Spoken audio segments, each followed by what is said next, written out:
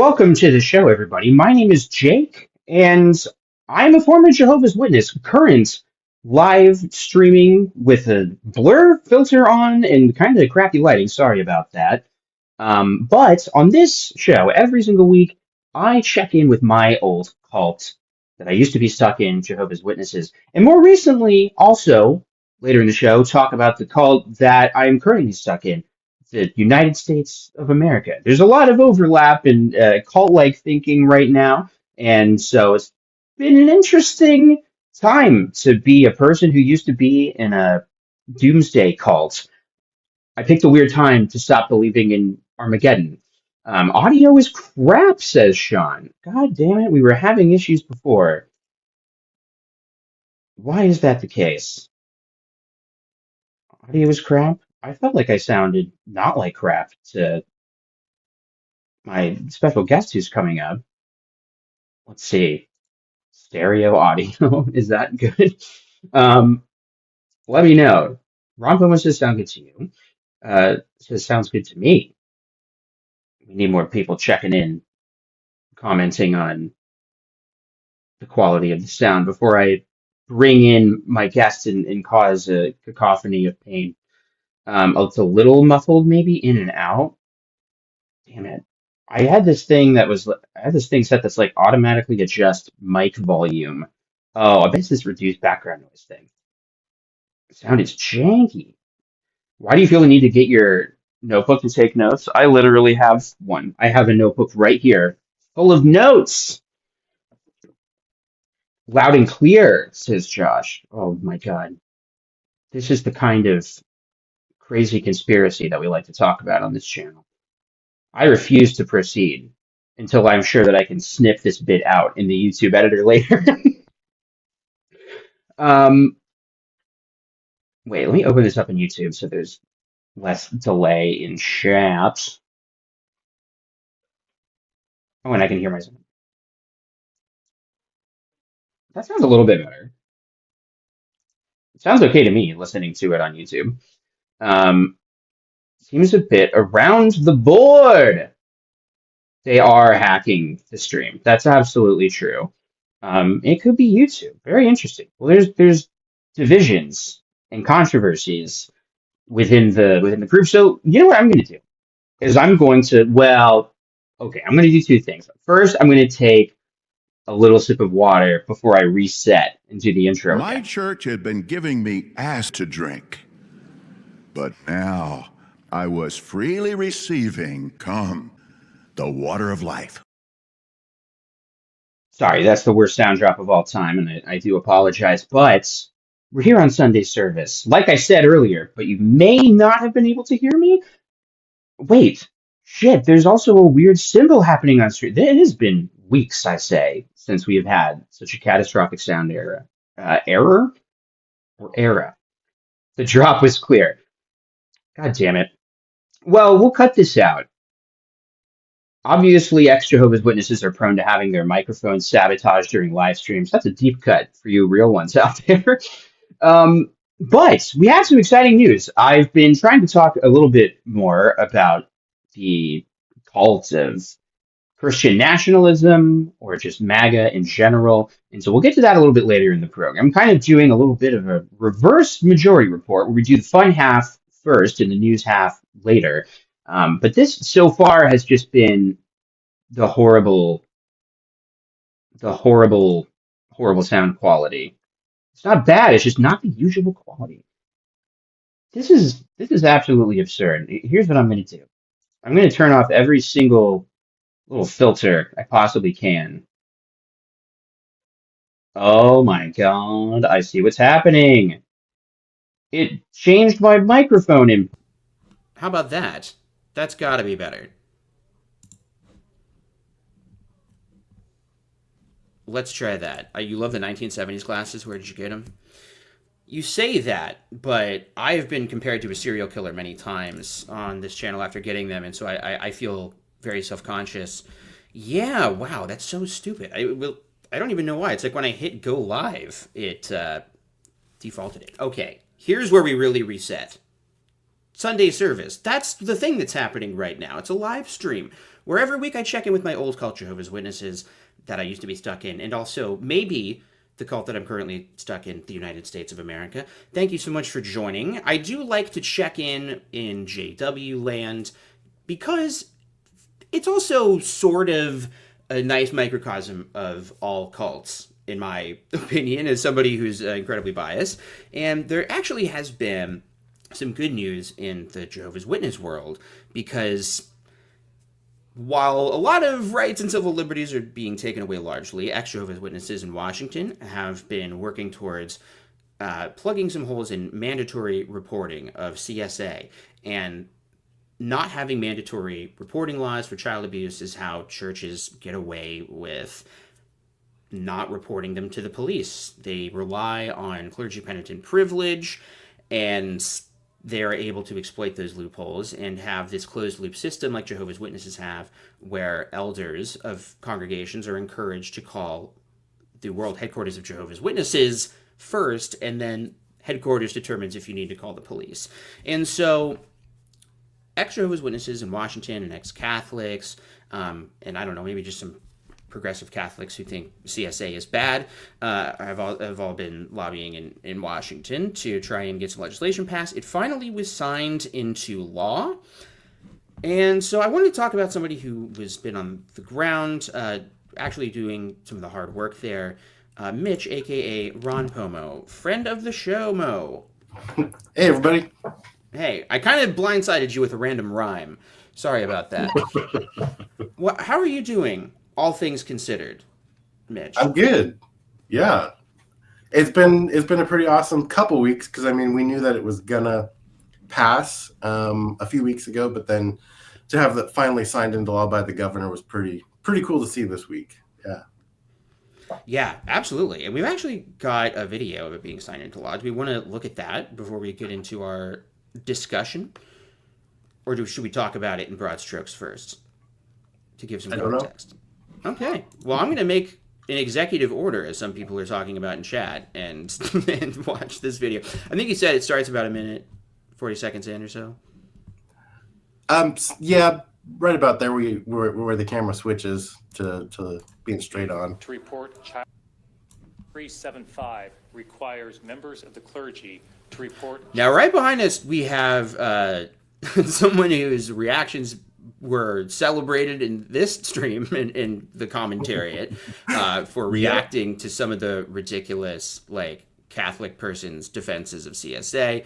We've got another fellow ex-Jehovah's Witness who I'm not sure if I'm not allowed to say this person's name, because I think they're PMO, so I won't. But this is there's a few in the room. Cool. Yeah. Were you also there at this time or no? I was not. I'm a couple hundred miles away from there, so I couldn't make the trip over. Yeah. That's a pretty good excuse. All right. Well, let's see what. Okay, and so this is the governor. Yep. What's his name? Bob Ferguson. Oh, it does say Governor Ferguson. Okay, I just wasn't sure. Child abuse and neglect, even if the information is divulged in confession or sacred confidence.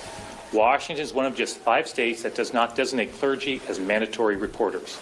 Under current law, a variety of other professions that frequently interact with children, including police officers, nurses, and school personnel, are required to report incidents of suspected abuse. This bill protects Washingtonians from abuse and harm. And I'll just say on a personal note, I'm a Catholic, and as some of you know, and my uncle was a Jesuit priest for many years here in the Northwest. And I want to pause this just in case we get copyright hit for just like playing this unedited. But from my YouTube channel. Well, sometimes local news, like if you just play a clip, I don't know, for some reason on stream I've gotten dinged a few times. So that's like the public, it's kind of like the C-SPAN of Washington, so I doubt it. I mean, okay, good. Yeah. Well, then we should be good. But right off the bat, he framed it correctly, I think. We were looking earlier at the Google News results of looking up this case, and it's interesting, the kind of Catholic religious adjacent news outlets are framing this as an infringement upon some divine protection that's supposed to exist, when that's not the case. It's just every other person who has to deal with child abuse in any capacity as a mandatory reporter. Why are clergy exempt from that? So I am interested in seeing, since this guy is a Catholic, his own opinions on it. I think that's cool. And so, from my perspective, I obviously have a personal perspective on this, but, protecting our kids, first, right? Protecting our kids first is the most important thing. And so, for me is, I'm aware of my upbringing as Catholic and having an uncle who's a Jesuit. For me, this is very clear. Very clear legislation and important legislation. So appreciate all the hard work. So I know it's been a few years, right, to get this to this point. So I know that that's a lot of work from a lot of individuals to make that happen. And we know I'll be talking about our legislative leaders in a moment, but, they and I understand that a bill like this, legislators are obviously important, the governor's important, but really I think we all understand it's the individuals who come forward and share their stories, and often those stories are challenging, right, to share with the elected officials. So we know that's not always easy in the best of circumstances, but especially when it's a challenging subject, sometimes that's especially difficult. So we just, on behalf of everybody here on the legislative side, we really appreciate all of you and many others who couldn't be here today on that. We also, of course, appreciate Senator Orwell, many other legislators who've been a leader on this, and of course the prime sponsor of this legislation is, of course, Senator Noel Frame, and also Amy Wallen for sponsoring companion bill. So with that, it's my honor to sign this legislation. I'm going to hand you 2 different pens, Senator, because I'm guessing you may have someone you want to hand one pen to, just in case who was particularly involved. Okay, this is cool. I love this. Wait, do we actually want to see it signed into law? I guess we should. We made it this far. Congratulations, by the way. Thanks so much. Thank you so much. It's a deal. Yeah. Thank you. And let's all grab applause. I just love that. I love how he centered it on the citizens who worked really hard to pass it into law, because, like you said, this was a lot of on-the-ground work just from concerned citizens who saw a need to plug this up. Can you talk about that a little bit in terms of your own involvement or your perspective on it, working with some of these people? Yeah, no, I appreciate that he highlighted that too, because it was primarily a group of like-minded people who, from different backgrounds, of course, but all work towards the same goal. The first 2 years that we worked on this, it was kind of just a couple exJWs, and there was another gal that we've become friends with, who's part of the secular officials in Washington, secular elected officials. And anyway, we're kind of all just doing our own thing, trying to spread the word about getting support for this. And this last year, this group of Catholics came in who are, they're trying to reform, do the right thing within their church. And of course, they're opposed for doing that too. But they kind of formed this clergy accountability coalition, and we brought in more exJWs and other people from other organizations that joined us, and we were all just learning as we go, just trying to spread the word, get media attention, put out email lists, and we rallied people to counteract the juggernaut like the Catholic Church was the prime opposition for this, and we got it through. So it was cool, and it was a lot of work for a lot of these people. I mean, and especially the survivors that are there in that room who had to repeat their stories. That's just a whole nother level of emotional weight, I guess, or a lot of work it takes to go through that again. So props to them for doing that. I really appreciate it. Yeah, absolutely. And this person's comment, interestingly, as somebody who lives in Washington State, I've only heard about this new law through exJW videos and posts. I haven't seen it mentioned anywhere else. And there was some local news that reported on it, that you could find on Google News, but really after the initial, no, I was getting that conflated in my brain with Pennsylvania. No, it just really hasn't received that kind of even local news TV station coverage that something like the investigations in Pennsylvania are having. It doesn't seem like. So that makes it all the more impressive that you were able to kind of keep momentum on this. I was thinking as you were talking about the fact that there are Catholics who want to reform their religion as well, I was like, wow, I wonder why we don't have anything like that with Jehovah's Witnesses. And then I was like, oh yeah, because you would be shunned. You would be kicked out of the Yeah. group. I mean, I think a lot of people who get involved, like yourself, in trying to reform the group, and I guess like rhetorically that's what I'm trying to do, although I can't claim to have talked to any lawmakers. I think a lot of people, like Rolf Ferruli in Sweden being a good example, I think that's somebody who would have definitely preferred to have been able to start some kind of coalition like that within the church that was just, they love Jehovah's Witnesses, believe it's the truth, but still think that the group needs to improve in a few places. And so they're willing to work with the law. But if anybody within Jehovah's Witnesses did that, they would be kicked out of the group. And so that's really the difference in terms of what makes it a cult, in my opinion. Yeah, and I mean, and not just individuals, but I think there's been cases where entire groups from congregations, if not entire congregations, just like get disbanded because of dissent like that is not tolerated. So it's completely different. There were always times when I was a Jehovah's Witness, always time. This happened like once or twice, where our sister congregation, there was like a purge of a bunch of elders. And, we just heard about it kind of secondhand, and new people had to be brought in, and it happened at another hall in our area. And my dad was an elder, so he was always very vague in terms of why this was happening. But now in hindsight, it's clear that just either they were all involved in something really shady, or they all had sincere disagreements with maybe the circuit overseer or the way the branch wanted to handle something. And because they were not totally adherent to the law of the land, they're cast out and demoted, essentially.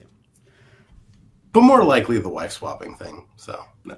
But also knowing if Reddit is correct, it was a lot of like key parties, 1970s style. That's where I got these 1970s glasses, by the way. It was an old timey Jehovah's Witness key party. So, by the way, thank you to Dr. Shemp for the super sticker.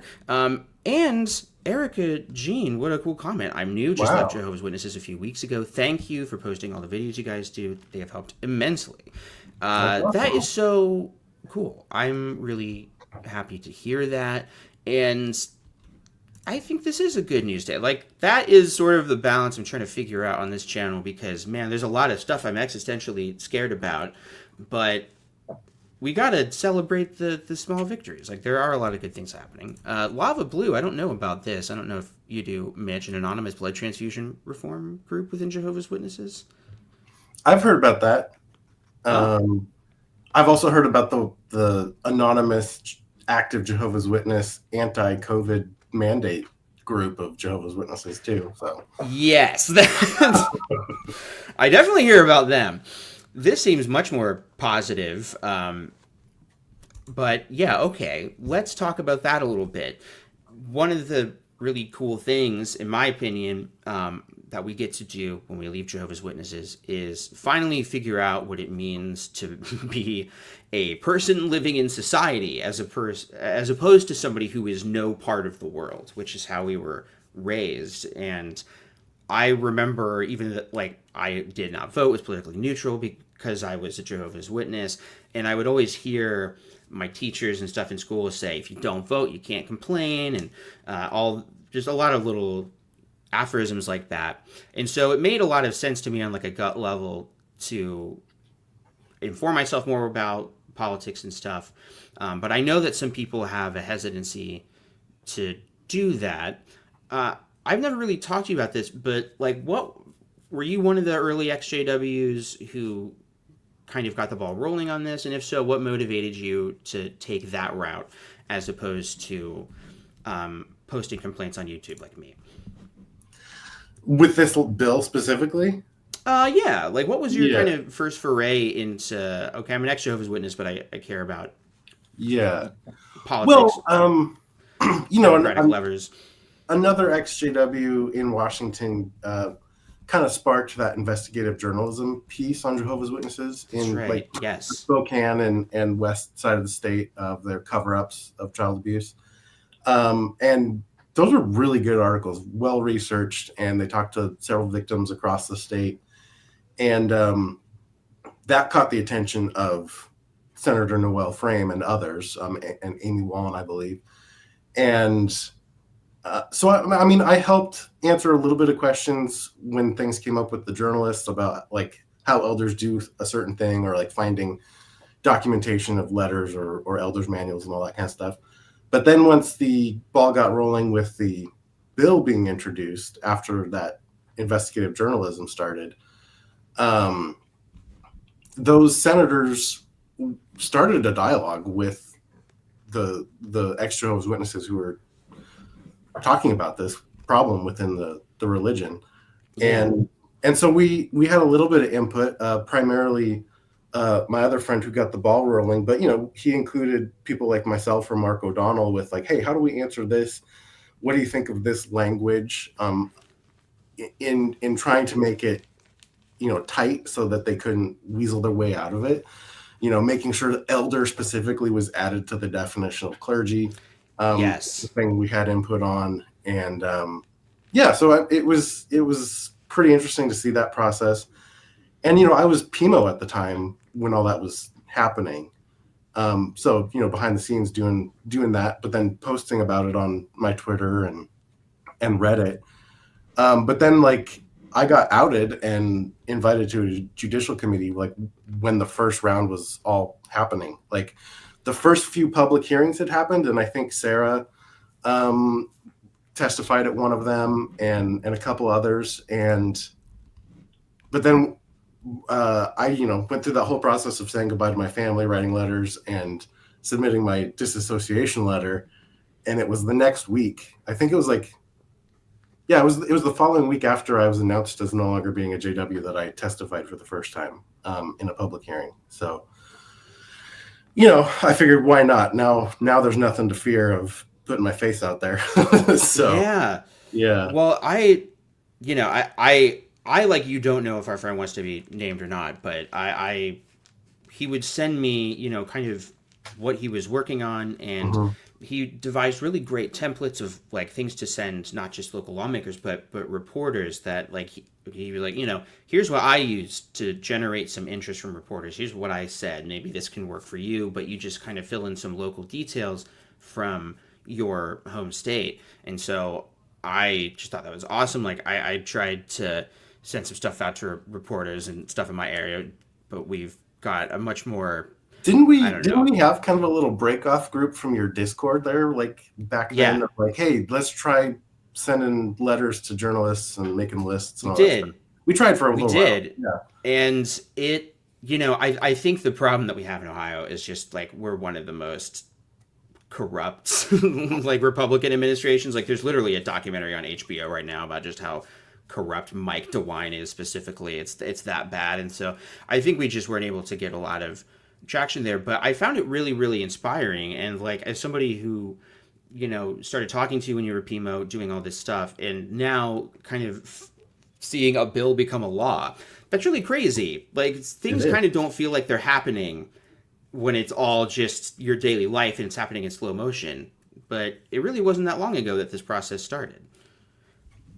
And yet it feels like it was a lot of work and several years to get to this point, but it was well worth the effort for sure. I hope it's worth the effort. I mean, I think it will be one of the most frustrating things through this process, and especially this past year, was all of the negative comments towards or coming from Catholics, because it's all reframed as this is an attack on the Catholic Church. And man, the arguments that would come out from people, either lawmakers or the Catholic lobbyists and their groups online, but even just like regular people on Reddit who would come in like, great, now the pedophiles aren't going to come and report on themselves to their priests and more abuse will happen. It's like, they already don't do anything. So what are you talking about? And we tried your method. It doesn't work. Yeah. And all of those people would completely ignore the reality that it's not all about the Catholic Church. I mean, specifically, this got started because of investigation into Jehovah's Witnesses. And I want to just briefly say, because we had a commenter ask about it, that I mean, I don't think Jehovah's Witnesses have said anything to this day, really, have they? Or I can share. Can I share my screen real quick? Let's yeah, see. you should be able to. Um, da, da, da. But for the most part, it's kind of interesting as somebody who grew up in when the Witnesses were so definitively anti-Catholic that they've seemingly let the Catholic Church run point for them on this and sort of act Yeah. as a bodyguard to absorb all the criticism. So I don't know if you can throw this up Oh yeah, for people to see. I was interviewed in this. I'm not bragging about that, but I it clicked was it, but it is being my computer. I think is just being slow. Before presenting it, oh, I have to just remove the other thing. okay. There we go. So yeah, so this was from I think this was like a journalism student intern that wrote this article, and so I was quoted in it along with a couple other ex-Jehovah's Witnesses. But she reached out for a statement from the Jehovah's Witnesses, and they responded. This was a couple weeks before it finally passed the House, but it says that in a written statement provided by the Jehovah's Witnesses United States branch said that the church will comply with any legislation passed.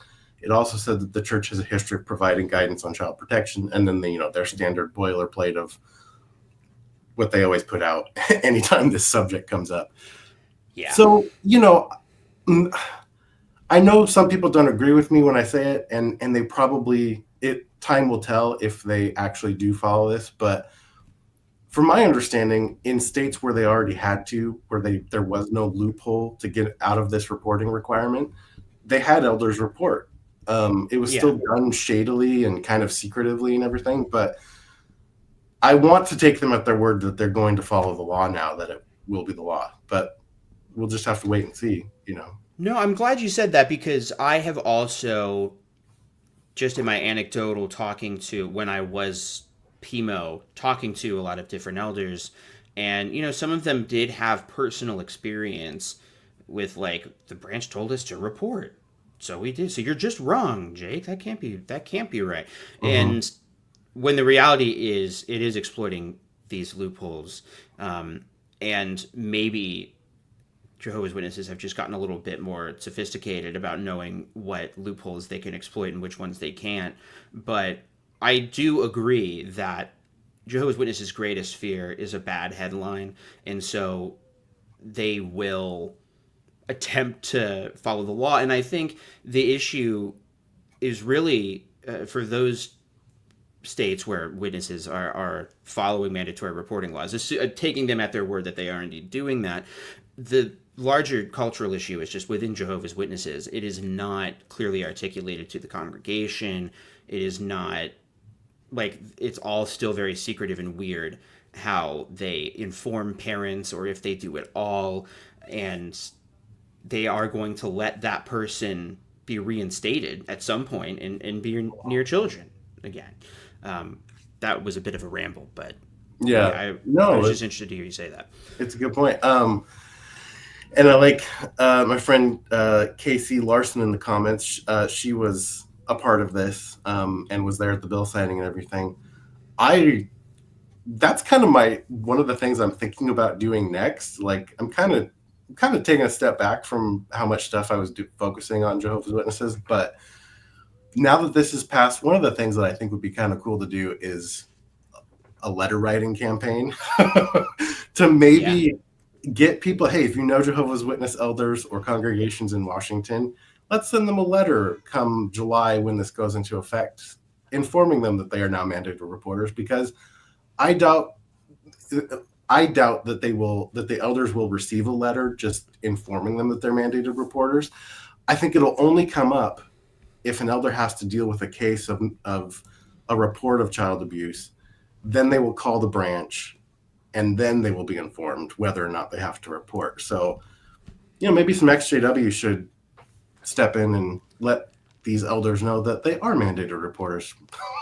Yeah, I love that because I think one of the best exJW videos ever is from Matt of the Falling Tower, who made this video really directed at elders specifically and outlining the way in which they are the fall guys legally for Yep. all of the organization's policies. Like they have intentionally broken apart the watchtower into various entities and removed the governing body strategically from certain internal documents. And really the way it is designed is for the elders with the least amount of resources to be on their own and to be on the hook legally. And I think that is a worthwhile appeal to make, because I would bet you anything you're right, and they're not going to go out of their way to inform elders of this. It's just like, well, if it comes up, and they'll call the branch, and then we'll hopefully follow the law. Yeah, I like that. The only like kind of analog or tangent, I don't know words. The only thing that I can think of that was similar to what's happened now in Washington of like, oh, well, there's this law passed that now applies to them, but Washington doesn't have any like mandatory reporter database or like official state sanctioned training that they have to take. They're added to the list, but there is no like statewide standards of here is the mandatory reporter training that you have to acknowledge that you've taken in your role as a mandatory reporter now. But in Illinois, where those two elders were found liable for not reporting abuse a couple of years ago, following that trial, Jehovah's Witnesses did send a letter to all elders in Illinois informing them that they are mandatory reporters and that they had to log into the website and take the training, but they did it super shady in saying, do not acknowledge that you are part of Jehovah's Witnesses at all. You do not represent us. You are not an employee of. You are just taking the training and save this in your own records.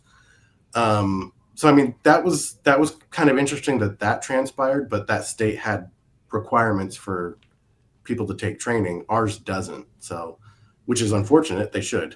So. Well, that's fascinating though. And boy, something that Larchwood, who I've credited on this channel before, it's like a great researcher. If you watched the stream a couple weeks ago where we talked about some gaps in this pivotal Charles H. Russell origin story, that was all Larchwood's work. And one of the things that Larch has been doing that I find really interesting is tracking the way the group strategically uses the word member or doesn't. And they really have completely removed the word member from all of their internal documents. They don't. And I remember my dad telling me this as a Jehovah's Witness, because a controversy arose in a local congregation where they just wanted to do a congregation picnic, a little church picnic after Sunday. And so they made a sign on the,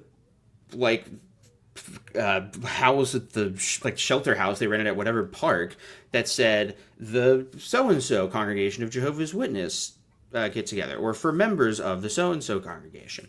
And that somebody ratted on that and was like, excuse me, the rule book says you're not allowed to do that. And so this was the talk of the town, and Dad explained this to me, that if a congregation, some rogue congregation does something, then it would put the whole organization at risk.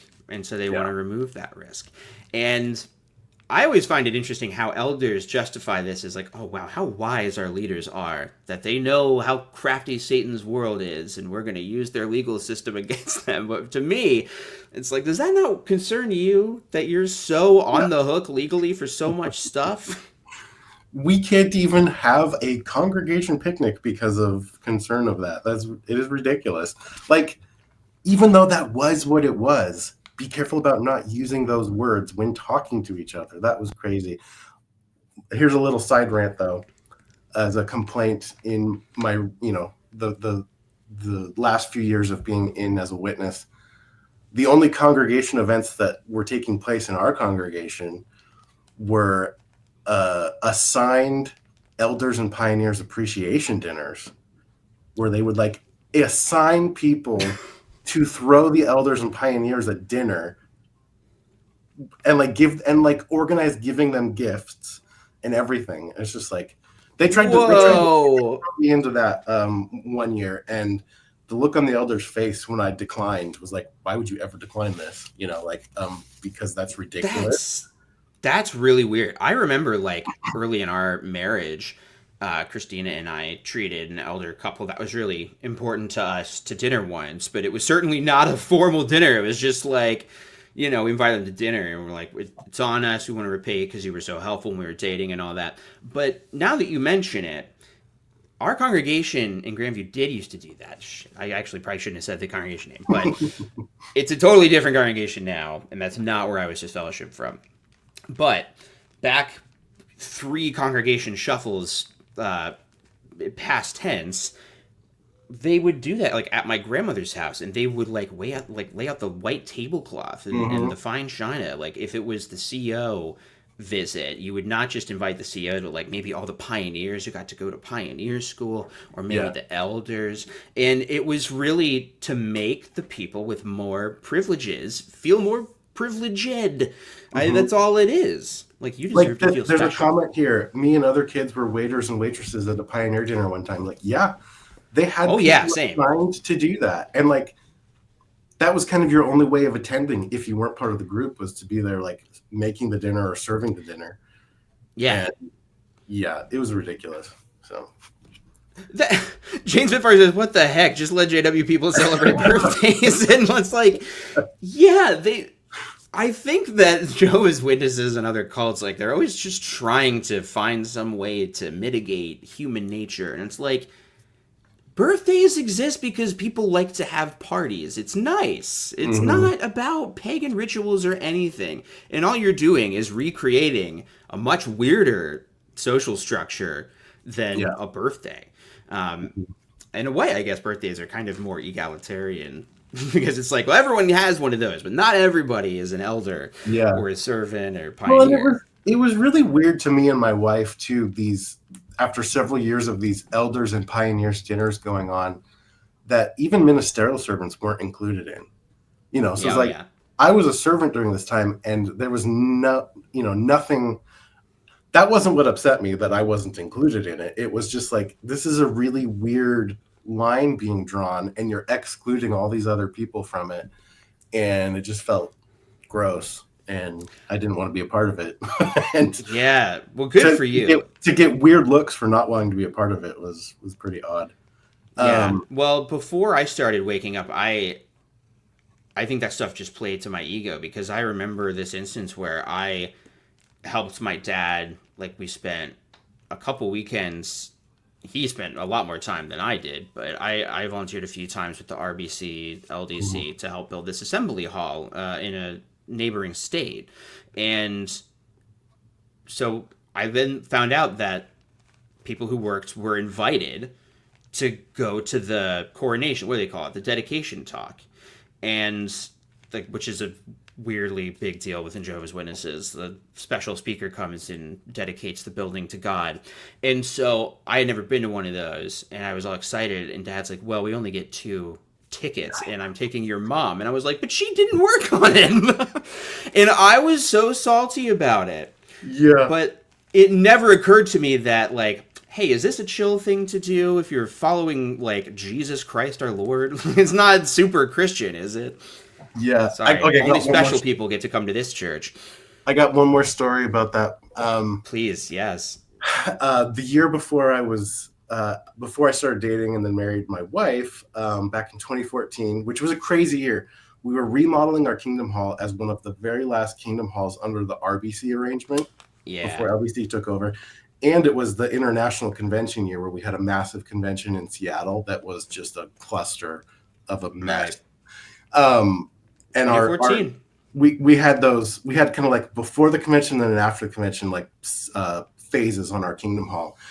But I had just started dating Ashley when our dedication talk was going to happen, and her parents were invited because her dad was involved in the LDC.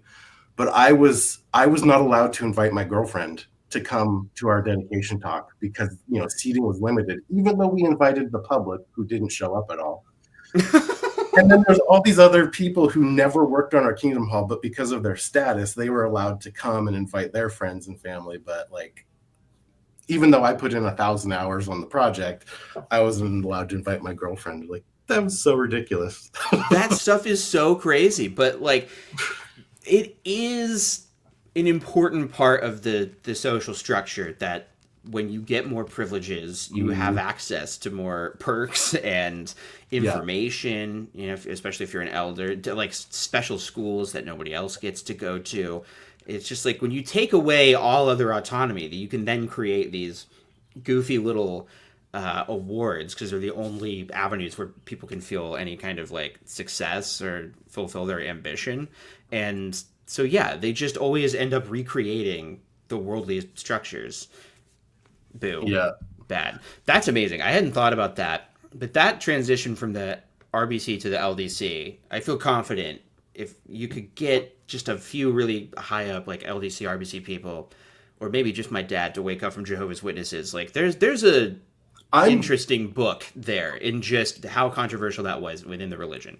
I'm surprised more elders didn't wake up and completely step down and walk away from it over that LDC transition. Same. Like, so I know so many elders and some in my family that were like very vocal about their disagreements with how things were running with the LDC transition. And they basically were pretty big in it under the RBC and then wanted nothing to do with it once the LDC took over. And it was really, I mean, the RBC was a fun thing that you could go do on the weekends instead of service. I like working on the RBC projects. You got to hang out with friends, you got to work hard, you got to eat good. All that stuff was really fun. But then the LDC changed to like, we're doing this during the week, so you have to take your week off of work to go help. And you have to like follow all of these extra rules and special training and be invited and all this stuff. And it just became really corporate. And it put a lot of witnesses off of it. And it did. And like some of those elders that I've talked to, like basically were saying apostate things, but you know, not really. So they got the leeway somebody asked to be frank with each other, but you know, don't talk. Yeah, no, that's absolutely true. I guess I should define some terms. Because somebody asked like what LDC means, and yeah, like there was this transition from local groups of Jehovah's Witnesses. It went from regional building committee to the local design construction, which was like under the purview of the branch. Yeah. Yes. Because truly, like when the movement started, if they wanted to build a congregation, then people in that community would raise funds to then and get the lands and build the Kingdom Hall, and the person who owned the building was some local elder or like, you know, group of elders who had worked on the project. And so like the regional building committee was not an official thing. It was just like this grassroots thing that kind of came up by necessity of the fact that they were expanding and needed more Kingdom Halls, whatever. And so congregations had pretty much total autonomy over their funds that people donated. Like if you go to a Kingdom Hall, there's a box for local needs and worldwide work. And it used to be that your dollars that you would put in the local fund totally would stay within your congregation, and they would be used for renovations, repairs, and paying the utilities and stuff, obviously. And so people could build Kingdom Halls however they wanted. And then around the same time when the publishing industry starts totally dying, Jehovah's Witness leadership starts realizing that they've got hundreds of thousands of properties worldwide that they don't legally own. And so that is the LDC takeover kind of in a nutshell. Sorry, I think I've said this like a few times on the show. We should do a stream of like some other people used to be involved with those things, and we could just rant about stories all the time. I would love that because it was fun. I really had a good time. It was genuinely fun. It did contribute to my waking up to see this kind of corporate takeover, and I'm surprised that it didn't more, you know. So yeah, no, I remember. I think I've mentioned before, but there was a kind of a damage control media tour that Watchtower did, where they brought Ralph Walls and a few of the guys who you see regularly on the broadcast whenever they're talking about some LDC project. But they brought these branch guys in to give this special spiritual program to RBC people and reassure them that they were not being put out to pasture, basically, and that their hard work wasn't being undone. And no, this isn't a corporate takeover. It's really weird that they did that, but I remember my dad told me that my grandpa was really quite disillusioned with it. Yeah. And if you had anybody who was like my family, where there was a congregation who had lots of funds set aside and property they already owned ready to build their Kingdom Hall, and then to have that all taken away and they were still stuck in the same crappy 50-year-old building, that it was just like, you have no That say happened to us. Yeah. That's exactly what happened to us. Is we had been building, like, gathering funds for like 3 or 4 years to build a new assembly hall in, I think, Cleveland or Cincinnati, because I guess I shouldn't say where the other one is, but it was just because it would be more convenient for a lot of people. And I think they specifically wanted to build a convention center so that they could have their own convention center instead of having to. Yeah, instead of having to rent out the Nutter Center in Dayton, Ohio every year and deal with all the hotels and crap. That It was millions of dollars that were saved up, millions right? of dollars. And it just, when the LDC transition happened, it just was wiped off the books, totally done away with. Still doesn't exist to this day.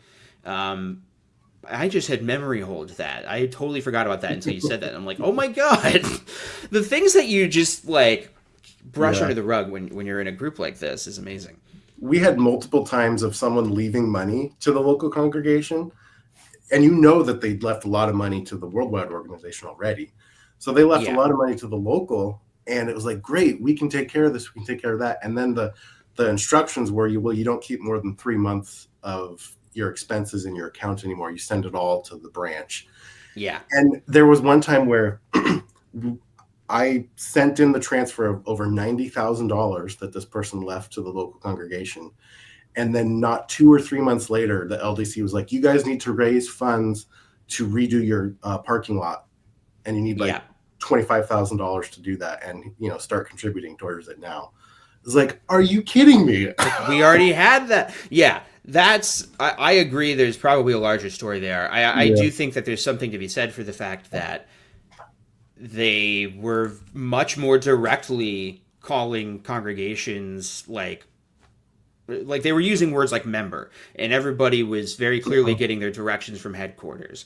And there was probably some liability issues that they had too, but I really think it was a cash grab because they just realized, like, we should really own all these things and we can get all the money, because now we don't really have some breakdown of their revenue, but it certainly seems like they are winding down any kind of physical media publishing, but building more and more physical structures than ever because they have free labor. Maybe they have to rely on a few contractors, but that's it. And then they can flip it for a profit.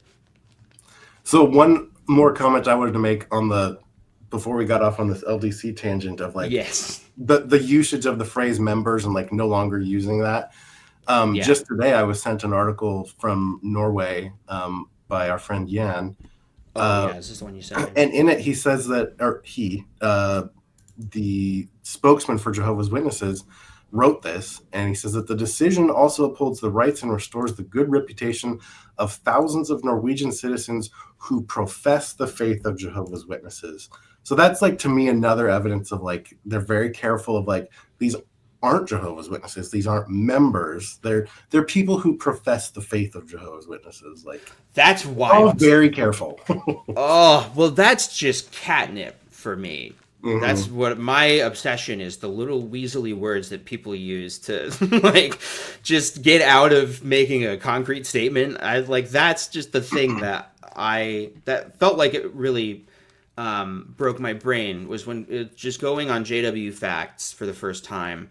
And it was really the article just about all of our doomsday prophecies and that only Jehovah's Witnesses will survive Armageddon. And all it is a list of quotes from the publications, just kind of put in order. And so it was all stuff I had read before, but just for some reason in my own brain, I just thought, we don't believe that only Jehovah's Witnesses will survive. We just don't teach that. And it's like, objectively, yes, you do.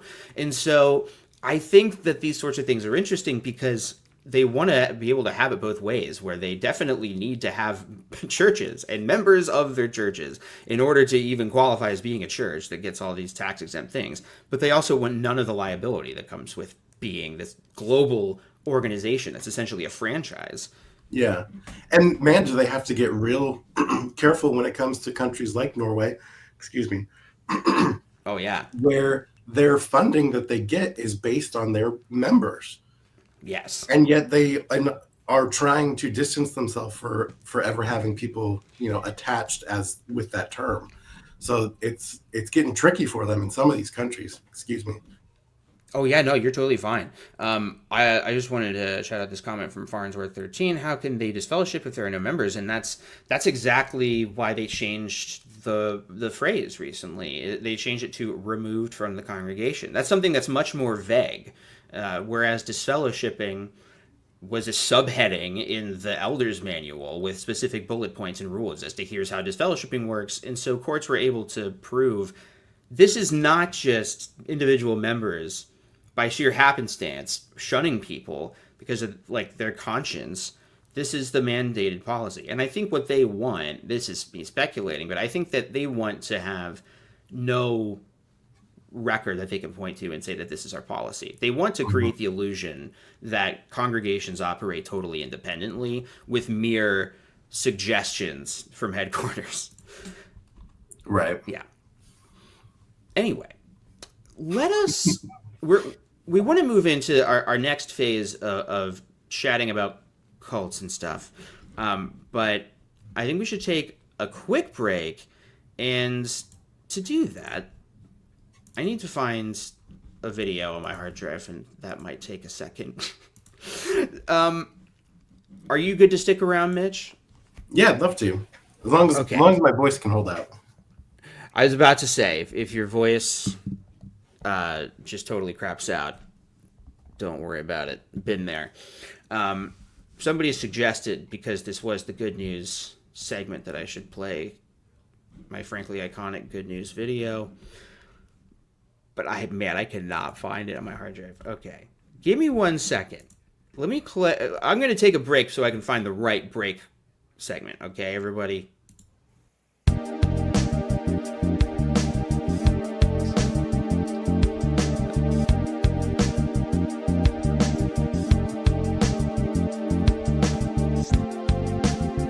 It's interesting. So, planet Earth.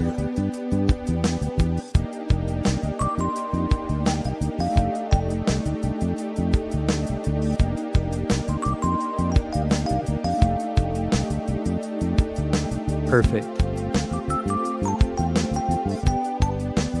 No.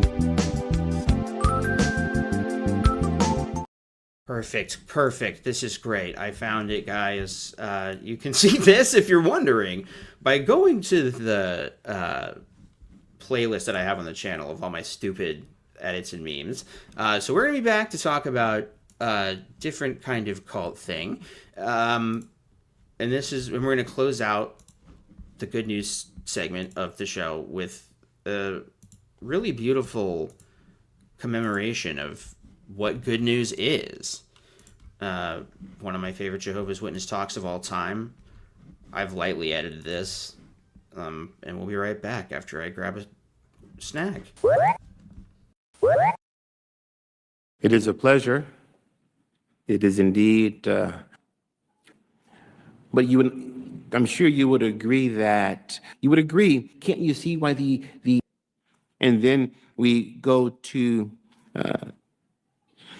in the following video, the good news. Good news.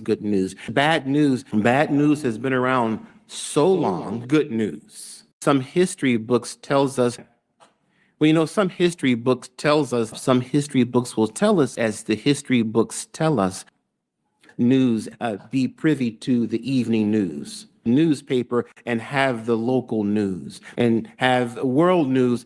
So the way news, so in dispensing news, the good news, the good news, the good news, the good news, the good news, the good news was definitely worth declaring. Declare the good news, good news, good news. There's violence. And there's death that individuals have to contend with.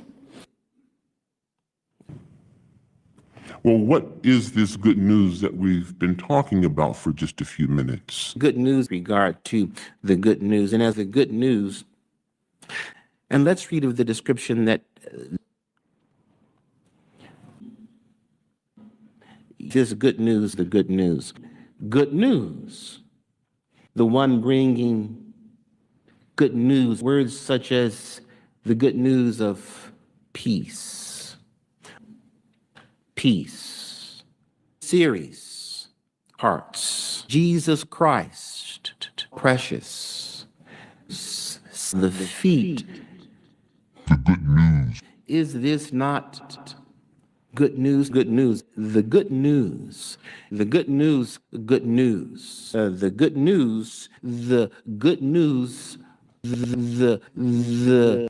We invite you, please, to take out your programs. Now, if you look at the program, as you see in your program, you see right there in your program. At this point, we invite you again to take out your program and let's review the program together of our convention. Good news, and that was indeed good news. The good news, The good news.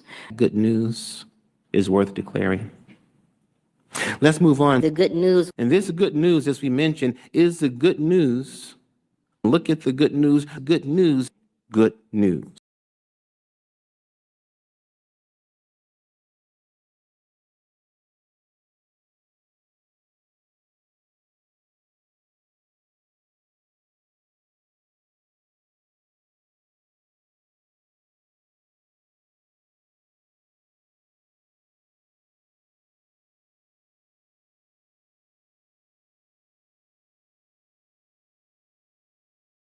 Sorry! I didn't say anything important. I was just saying that I like that video. Sorry. This has to be, highest highs and lowest lows of all the streams I've done in terms of tech. Because we had a great conversation. Then I muted myself. Oh my god! August Russ said, May the 4th be with you. Happy Star Wars Day. I totally forgot about this. Oh my gosh, I did too. What the heck? Now I feel even better about my decision to watch Solo, a Star Wars story tonight, because I want to save Rogue One until after Andor finishes airing. Have you never seen Rogue One? Oh, I've seen it. I've just... Okay, like, what the heck? That's no way. I plan out my, hyperfixations. I want to satisfy them in a very specific way. I like... I did see Revenge of the Sith in theaters. That was a blast. Thank you. That's all I needed to hear. Tomorrow is Revenge of the Fifth. Yeah, I'm obsessed with Andor. Watch that show. And, Ahsoka and Mando himself, Din Djarin, two iconic apostates as far as I'm concerned. That brings us to our, bad news. Bad news has been around so long.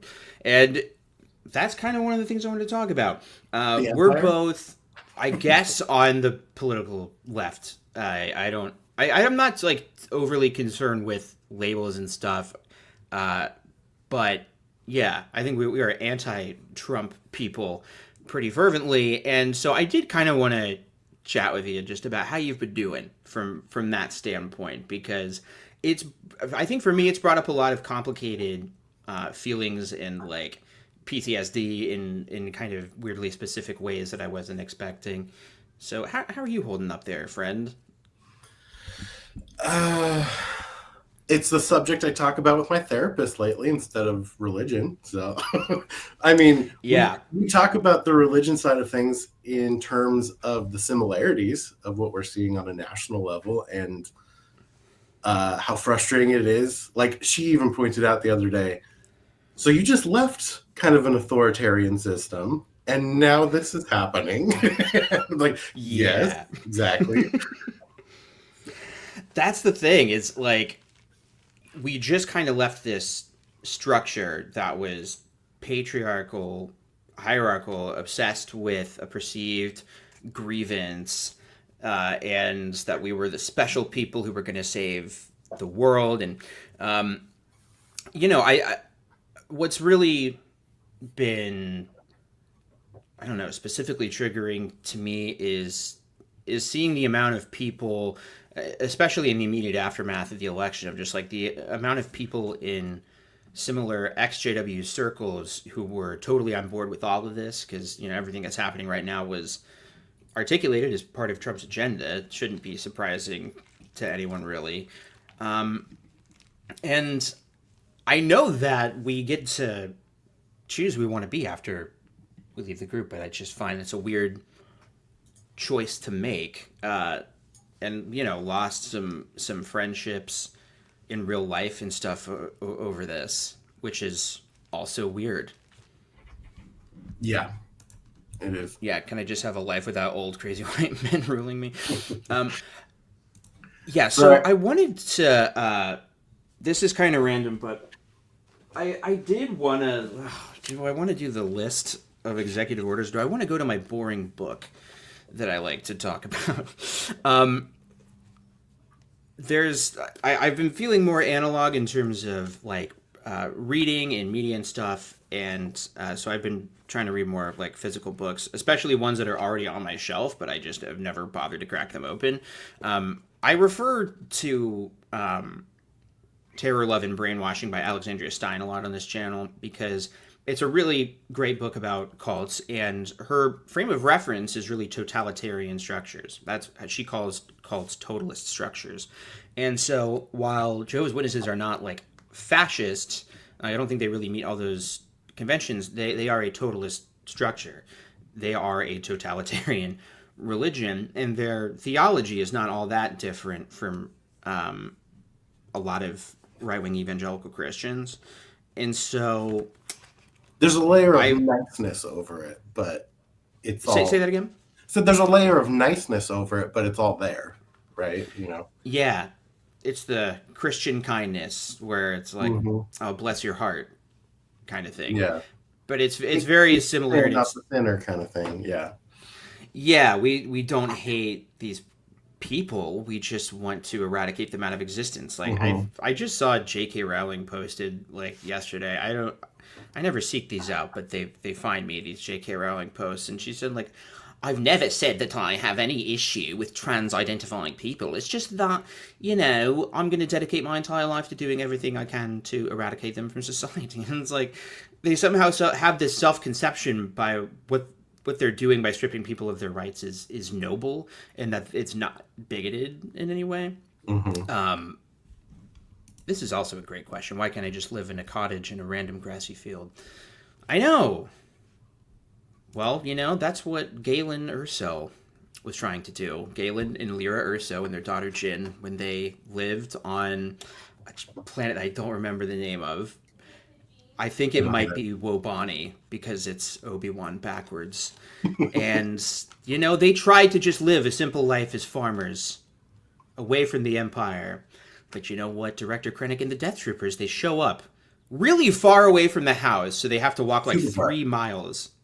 That's a thing in Star Wars, is like maybe the ground can't support the weight of these spaceships and they like have to find specific That actually really helps my autism a lot that you just said that, because, I like, my favorite thing about Star Wars is that the fact that there's always like books trying to retcon and plug certain plot holes. I love that. Just the kind of the Well, whole dance of it. even the Empire doesn't want to ruin their crops by landing on them. Yeah, but that is the one thing, like, because I love Rogue One, but it is very funny that they park approximately 3 miles away from their house and just like. But you know what? If the ground is all soft because of crops and stuff, and it's just gonna sink, it all makes sense. You just have to think about these things. But I grabbed this book off the shelf that I bought back in 2019, and I figured I should probably read it. Now seems like a good time. Alexandra Minna Stern wrote Proud Boys in the White Ethno-State, How the Alt-Right is Warping the American Imagination. This is back when they were called the Alt-Right. And my kind of, I don't know, political awakening that I had as a witness was really centered around becoming fascinated by the fact that the alt-right existed and watching a lot of rebuttals to their stuff. What was your, like, I don't know, first inkling that you had opinions on things like politics, even though you weren't supposed to, as a witness? Man, that's a good question. I can't really think of a particular date or year, but it probably had to do with like health insurance, like healthcare and health insurance, like how big of a scam this is, and why we have to spend this much money and then they can deny us for anything. And there was probably something happening in the country at the time where it was commented on at meetings in some way that, like, oh, we have to be politically neutral even when it comes to things that like affect our daily lives and it's going to cost us money and all this stuff. It's like, really, we can't have an opinion on whether that should bankrupt me if I don't have it, so it's ridiculous. Yes. I love this discussion and how I want it to maintain in some way equal parts referencing Rogue One and talking totally separately about the alt-right and Christian nationalism. Weirdly, Star Wars was important to my political awakening in some way because I really fell back in love with Star Wars when the sequels were being hyped and stuff, because I was really into it as a kid. But like after Revenge of the Sith came out and I saw it in theaters and watched the saga at home once or twice, for some reason I just totally moved on culturally. But I started falling back in love with Star Wars again because there were new movies coming out, and I was so totally baffled at the fact that there was this like growing weird, seemingly people who loved the Empire and like were mad about wokeness and the fact that there was a lady in black guy in the new movie and like that was their entire takeaway. And it was through trying to get a handle on what the hell that was that I found YouTuber Sean's channel, which I imitate a lot in my early videos in terms of the style of his presentation. But I found his channel because he did rebuttals to CinemaSins shitty videos about The Empire Strikes Back that were really funny. And then I just realized, oh wow, he's got a lot of videos about this alt-right thing that I'm hearing about. And so I just started watching those. And it was watching that stuff that made me start to think, wait, apparently you can just engage with crazy people's ideas and explain why they're wrong. Why don't we do that with apostates? Why don't we just do rebuttals of whatever the apostates are saying? And it was in trying to figure out what are apostates saying and why don't we just respond to it that I started to wake up. So weirdly, this is all connected in my head. And I guess I'm just trying to explain that to you for really no reason. I am very sorry. I don't know. It's working. Okay, good. Well, in this book, I started reading it just this morning and I devoured like 50 pages and I made some highlights. And so I wanted to read this because in hindsight, it reads like kind of a prophetic text, or at least because this came out in 2019, it was probably finalizing the research in 2018. And so that's kind of right in the thick of things in the first Trump administration. And where we are now is not that far off, but also still quite far off. And so there were a couple of things that like pricked my ears up in terms of cults and where it intersects with this channel. So she says, white nationalism adheres to quintessentially fascist ideas of patriarchy, hierarchy, victimhood, anti-egalitarianism, and racial and gender essentialism, manifesting them in the context of 21st century America. Now, I thought that was interesting because, like, Jehovah's Witnesses, they have most of these on the list. I was trying to think, like, okay, yeah, they're patriarchal, hierarchical. Victimhood is very important to the group, feeling like the biggest victims in human history. Anti-egalitarianism, I think, is iffy because on the one hand, women are definitively second-class citizens, but their vision of paradise almost sounds commie-ish. Like there's a slightly left, like you could see a leftist enjoying their vision of paradise, except for the fact where apparently they're still the governing body, but in heaven. And so that kind of works. But they don't really believe in racial essentialism. They do believe in gender essentialism.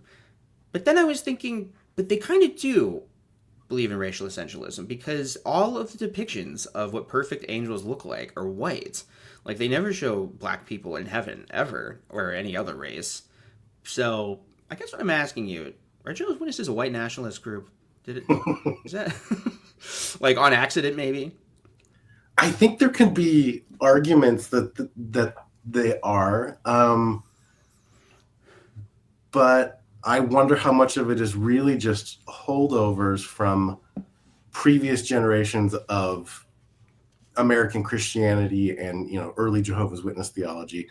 Because even I was reading a post today about it was something on Instagram I saw today where this black man at a door had two Mormon missionaries come to him, and he asks them, "Are you familiar with the Book of Mormon?" And the guy's like, "Well, I'm not super good at everything it says." But he's like, "Are you aware of what it says about how black people have dark skin?" and then it was like, and that was that moment that I found out. It was one of those kind of memes, but it's a shared weirdly racist belief that still, I think, impacts things like imagery in Christianity and Jehovah's Witnesses, where even if people personally don't feel that that's a thing, it's still holding over into their imagery. Like, well, why is the perfect representation of God and the angels a white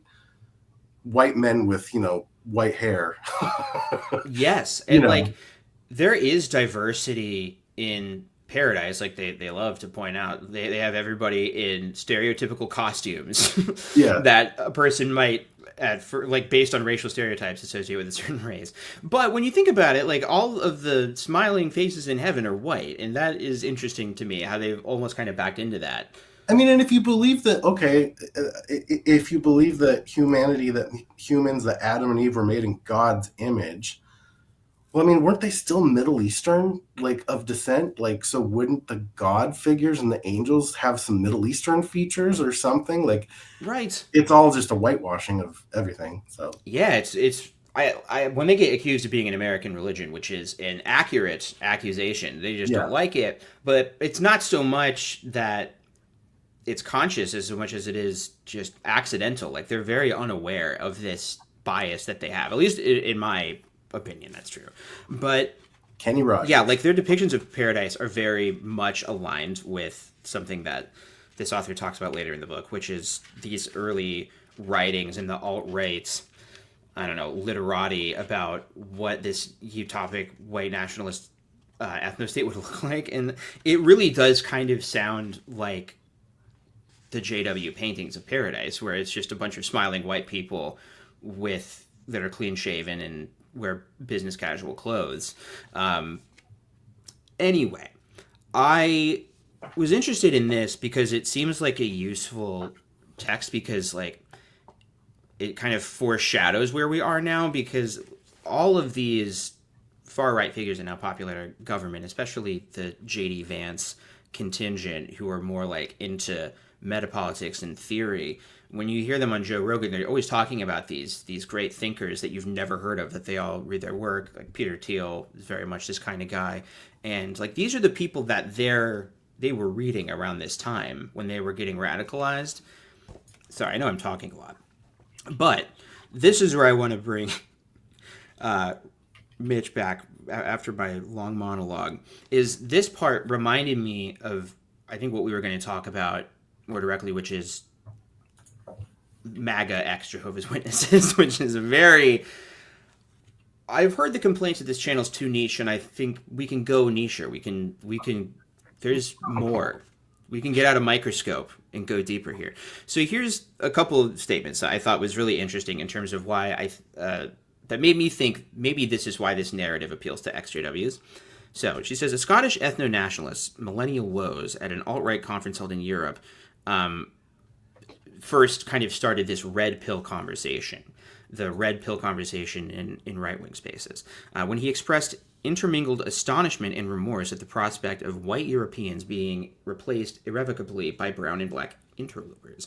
For Europe is failing. This awakening was so emotionally intense that it generated a deep, profound amount of cognitive dissonance and grieving. Sensations common among many alt-righters who alternately bewail and boast about their status as heretics, dissidents, and victims in the multicultural era. And then she starts talking about how so much of what was going on online was people sharing their testimonies, kind of like we do as ex-Jehovah's Witnesses. People just posting videos, like, I woke up from Jehovah's Witnesses, but they're saying, like, I took the red pill and woke up from my woke indoctrination. And so, what's her name? Alexandra Stern says, sharing these testimonies with anonymous and vast online congregations make red pilling a communal experience and helps construct a shared language of social transformation. The alt-right pines for an interlinked transatlantic community of awakened whites who will reverse their impending minority status and reclaim the West before it is too late. But that first part, before we get into the white nationalism of it, you know, that's how healthy communities form too. Mm-hmm. Like, I think we've got a good little community of people, like, in chat right now who don't seem like they're crazy white nationalists, and it's just because we all, like, post videos about our experience and we kind of see them and find each other in similar Discord communities or on Reddit or whatever, and so the transformation, like the awakening process, sounds so similar to me. Like, emotionally it probably feels very similar. What do you think about that? What do you think of all that stuff I just read, Midge? I'm a bad host and streamer. Oh man. Did that melt your brain with high level ideas, as Dave Rubin once said? Yeah. No, I mean it's something that I'm concerned about and am trying to understand myself, but I can't say that I have really good articulate takes on it right now. Yeah, that's why I wanted it just to be kind of like a weird sloppy stream, because I'm in that similar space. Like, I'm trying to unpack this in my head, and reading this morning, I'm like, ooh, these are like solid ideas that feel smart. I'm going to read these. Yeah. But yeah, I think, yeah, go ahead. Yeah, there's something going on with, I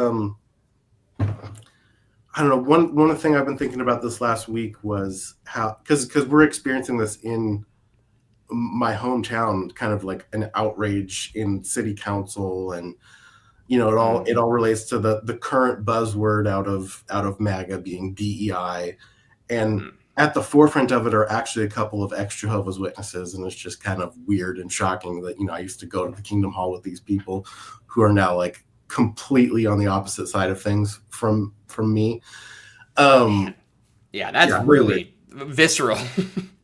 But yeah, I mean, there's so many similarities that we see from like coming out of the Jehovah's Witnesses and then what's happening societally with, you know, the rise of Christian nationalism and victimhood. I mean, they're perpetually the most privileged group of people that view themselves as the biggest victims of, whether it's Christians, you know, not being allowed to, you know, stand up in a Starbucks and scream about Jesus, you know, without any pushback, or, you know, it's men complaining about no one wants to date me because I have these horrible views about X, Y, and Z, and therefore I'm a victim of this.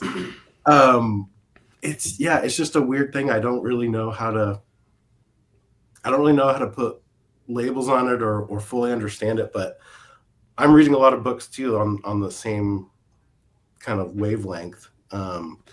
Yeah. And I'm concerned about it not just with what's happening in our communities and like how do we find our own community, safe spaces, people who are safe to talk to about stuff. And I still believe that most people, when you can break it down, agree on a lot of things in their community or Yeah. in America generally. Like if you can get rid of all of the dividing bullshit that's put out by social media and the media, a lot of people agree on a lot of things. But it's so divisive right now. And one of my concerns is like, God, how do I raise I have a son now. He's 9 months old. Like, how do I navigate like giving him, helping him to be a good person, like raising him to be a good person when there's all of this around us and not having, religion to default back to is kind of a thing I'm concerned about right now. Yes. Well, because it's a shortcut. Like religion is a nice shortcut that's like, Yeah. here's all your rules, here's what you need to do, here's your community. And like the real work of building community is hard. And like I think it is way easier to destroy something than it is to build it. It took a long time to build a country with like checks and balances that somewhat resemble a healthy society of like, all right, no one branch has too much power. We all have our chance to due process. We all have our say in court, like innocent until proven guilty, blah, blah, blah. And it's just, but it's also inconvenient when you want to get something done quickly. And it's a lot easier to accept a narrative that's like, if you just destroy all this stuff and let the right people be in charge and get out all the bad people, problem solved. Yeah, actually governing is hard, and I mean, and it's doing that so way ethically. It's that way on individual levels too. Like I think you said something about this recently, and it resonates with me. And I like this comedian Tim Minchin. He's an Australian. He I wrote excuse me. I read one of his books recently, and it was from a speech, and it's like, you have to be pro stuff, not just anti stuff. Like it's hard. It's really easy for us all to fall into like, I am anti-Trump, I am anti this, and just to be against those things. It's really easy to be against something, but it takes more work to be pro stuff and like, and to like be in a community where you are working towards like implementing good things is hard. It's so much easier to just be like no, and right now it just feels like so many people are like, I hate this, so we're tearing it down, and it doesn't matter that it's gonna hurt them or their family. And it's not a totally clean comparison, but it is like or one-to-one. But there's a contingent of ex-Jehovah's Witnesses online who are very much like, we are going to burn down the watchtower. We're going to tear it down. We're going to end it. And that, in my experience, is pretty commonly right-wing or in denial about it. But it is a much easier narrative than acknowledging that to have a free and fair society, like, you probably need to have freedom of religion. And also, there's just no mechanism by which we can take down the watchtower legally. And so what you either need to do is, well, actually, you need to do a couple things at once. You need to make new laws, like you guys are doing, to mitigate the harm that they're causing now, and maybe try and build a society where groups like Watchtower cannot just run roughshod and exist with no checks or balances or consequences. Like, and that you also have to do the hard work of creating a society where magical thinking and a lot of the common biases that witnesses rely on, like, are not seen as socially acceptable. Like, you have to do the hard work of like persuading a lot of people that a group like Watchtower should be held to a different standard than a church that is more inclusive. And like, all of that is the hard work of democracy, persuasion, and politics versus the politics of like violence and or tearing down something just because it's quicker and easier. Mm-hmm. I don't know if that made any sense. What I'm saying. No, I think it did. It's a good point that I wanted to make too. I've taken a step back from a lot of the exJW stuff of whether it's watching other people's content or like reading or watching the JW propaganda. I just don't have time for it anymore, and it's not as big a concern to me anymore with the way things are politically or with like raising a son now. But the whole, for myself, that was part of it too, is like, well, I can't just make being anti-JW my entire life forever. Yeah. I was, you could make an argument that the stuff that I have posted and done over the last few years in this activism work has been anti-JW. I don't feel like it's anti-JW in the sense that I'm against those people. I'm against the bad policies and the harmful things that come from Watchtower. But you can't make it your whole life to just be anti something. And so trying to, whether that's personally just like finding new hobbies or good stuff to focus on, or getting involved in other aspects of life. Yeah. So. No, I think that is absolutely true. And I think it is a problem with like the Democratic Party, to go on a total tangent of like, it was very clear what they were against in the election, not at all clear what their vision for the future was. Like, it wasn't coherent. Right. And it's, it's why Republicans are most successful as an opposition party, because they are much better at the tear it down argument and the criticism than they are at governing.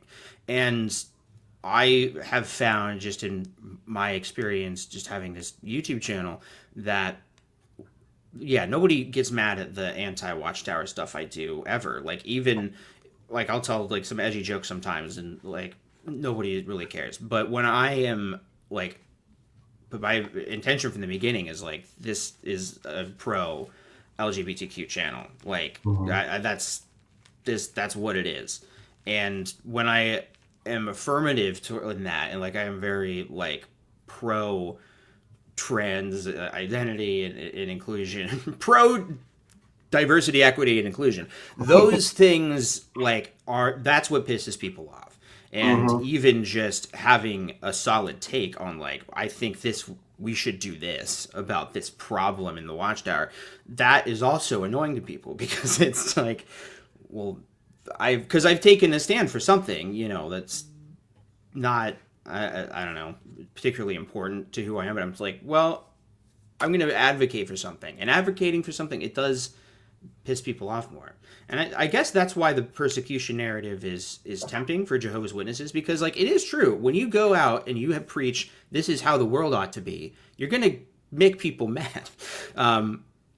Their problem is that they're abusive behind closed doors, not so much the stuff they do publicly. Yeah. True. I was going to ask you though, I know this has just been a totally like all over the place conversation, but no one's going to watch it. It doesn't matter. So. That's a really good point. I mean, hardly anyone's watching it now. No, we thank everyone for being here, but I'm really finding this valuable. What's your biggest like existential fear that you're dealing with, and like what's the thing that you're doing in your life to bring joy? I mean, you have a son, so that's like that's a huge focus, warts and all, but I mean, that I have to imagine is very joyful. Yeah, way less sleep, but amazing. So yes. I was just like, you know what, we should wrap this up, because I'll bet Mitch is running on like 5 minutes of sleep over the last 3 weeks. I mean, I've turned you down several times in the last couple of months just because like, hey, I'm busy with family life, and so I'm taking the time out today, and we're all on the same page of like, I get to do this today, so that's good. But I mean, your question kind of leads into a question I wanted to have. Hard questions. Is it joyful being a father, Mitch? So I'm trying to work my way to the White House press room. That's what I want. You're so young. You look so great, even healthier than you were 4 years ago. How do you do it? Yeah, well, you need more Russian bots and followers on your channel to get invited to the White House press room these days. That's absolutely true. Yeah. Take that sweet Russian money, and then you'll be in there. Yeah, people clip that later and blast me for it on some channels. To answer your question, I want to ask you a question I was thinking of. You asked like, what's your existential fears right now? Do you personally ever worry about what kind of lists you're going to end up on? Yes. I mean, That like, is probably my biggest fear.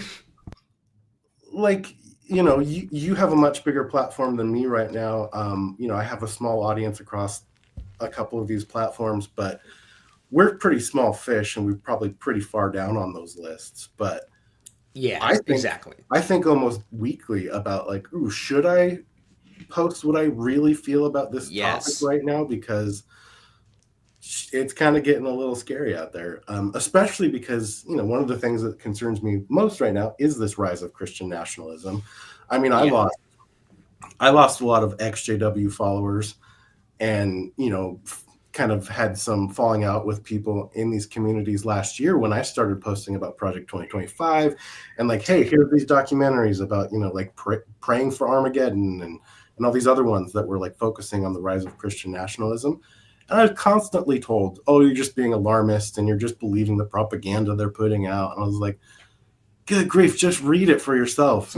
He's also just saying it himself. Yeah, all of these people are being pretty upfront with what their intentions are. And just because someone says, oh, I've never read it, I have nothing to do with it, you just accept that and go with it. And yeah, it's crazy because like I think a lot of people forget Project 2025 is a 180-day plan, and I think they're ahead of schedule. And when people are like, I can't believe how quickly we're falling into authoritarianism in this country, it's like it was kind of all laid out for you, and people were talking about it last year and a few years ago, so that's been I do have to absolutely shout out this super chat, $50 super chat, or hey Jake, DF back in 2012, appreciate the channel, this is for the Switch 2 fund. Oh, God bless you. I don't believe in God, but somebody should bless this man. That's fantastic.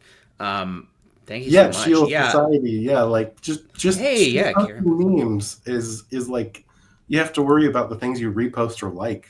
It feels like that, especially because these people who own these platforms where we have all connected on, we're sitting behind the guy at his inauguration. I mean, like that should scare the crap out of all of us. Yeah, 100%. And that's kind of the only way that I know right now to fight the system in any way is like to just not change the way I would normally criticize, like just fighting the instinct. And to be honest, like that's why I'm trying to lean into it on the channel, is just kind of for my own sanity, because I feel like, because I get that now. I get that panicked feeling a little bit, or not panic, but just like, oh, this is one of texting like my wife even, or like, are our conversations gonna be like investigated someday, like people being stopped at the border because of their like private conversations they had on WhatsApp criticizing Trump? We're not there yet, but we're absolutely heading in that direction. And I mean, that's when I was writing down all these executive orders earlier, it was this list of, we're going to empower ICE to be able to, finding out, okay, there was a bill that was passed, or an order that was passed that kind of went unnoticed at the time, that ICE can now enter any property without a search warrant if they have some kind of suspicion that someone is harboring an immigrant. And this is already, these raids have happened to a couple people now. ICE has like taken their personal property too, and like cash that they had on hand, and sequestered it. And like like that happening, and then police, this one of the executive orders this week was basically allowing police to do the exact same thing, to be able to enter your house without a warrant if they think that you are harboring an immigrant for any reason. And then further emboldening like the religious right by creating some weird religious ministry of whatever. And then just today, he was asked about due process, which the Fifth Amendment explicitly says everybody has. He says, I don't know, I haven't read it. Maybe it says that, but we would have to have millions of trials. And so, like, that is the thing. And the NPR and Oh man, PBS yeah. being defunded. Because, like, another really galvanizing moment was Trump starting to, like, criticize the press that we were critical of him as fake news. Because I made that connection in my brain to what we do with apostates. And so, yeah, that is the thing that's scariest to me, is trying to control information and giving yourself permission to terrorize people under false pretenses. But the only thing I know to do is just to not change my behavior, and if anything, to double down about it. So like, that's the form my paranoia has taken, is just, I'm like, I'm just going to kind of do what I've been doing, but I'm going to direct it this way now, Yeah. because it's No, like this is just a bigger cult. I get that too. I guess for me, what it's changed is it even worth? I mean, I joined Facebook in the last like 2 years just for. I was trying to reach out to like local communities and see what these local Facebook communities are like, to see if I can find people to hang out with, get to know people in the town I grew up in, but I don't know anyone, you know. And I quickly hate it. I don't like Facebook at all. And but I fall into the same kind of like my Ron character on Twitter of, responding snarky or with gifts to people. It's like, yes, do I really have to argue with these online strangers over something that they're not going to change their opinion on? And I could really piss them off, and they can find out, where I actually live in the community with them. So that's kind of changed my, like what I just don't engage with anymore. So I'm trying. Yeah. No, same here. Like, that's why I'm like, when I talk out loud, it's very different from how I respond to people online. And I think I was talking about this with Christina, because it's something about my just entire life as a Jehovah's Witness that I really hadn't thought about at all until recently. It was like, I was always a good JW kid for the most part, other than I would say swear words when I was at school sometimes. But where I really lived a double life was online. I was on a lot of like online forums about video games or whatever, or music. And it wasn't that I was doing anything bad. I was just acting like a normal worldly person, like saying things I really thought in my head versus what I would say at the Kingdom Hall. And that, I do think, ingrained that quality of just like early message boards where when someone says something stupid, you just have to eviscerate them and be as mean as humanly possible. And so I'm not like that in real life, but man, that is my instinct when I'm on the internet. And I'm always like, and like you said, I think it consciously is like, well, this is actually a liability, because crazy people now feel emboldened to say that, hey, they could just say, this person, I have reason to suspect they're harboring an illegal immigrant in their house, and then they can essentially swat you. Yeah. And I mean, so besides that too, it's just wasting your energy on people who may or may not be bots anyway. Well, oh my God.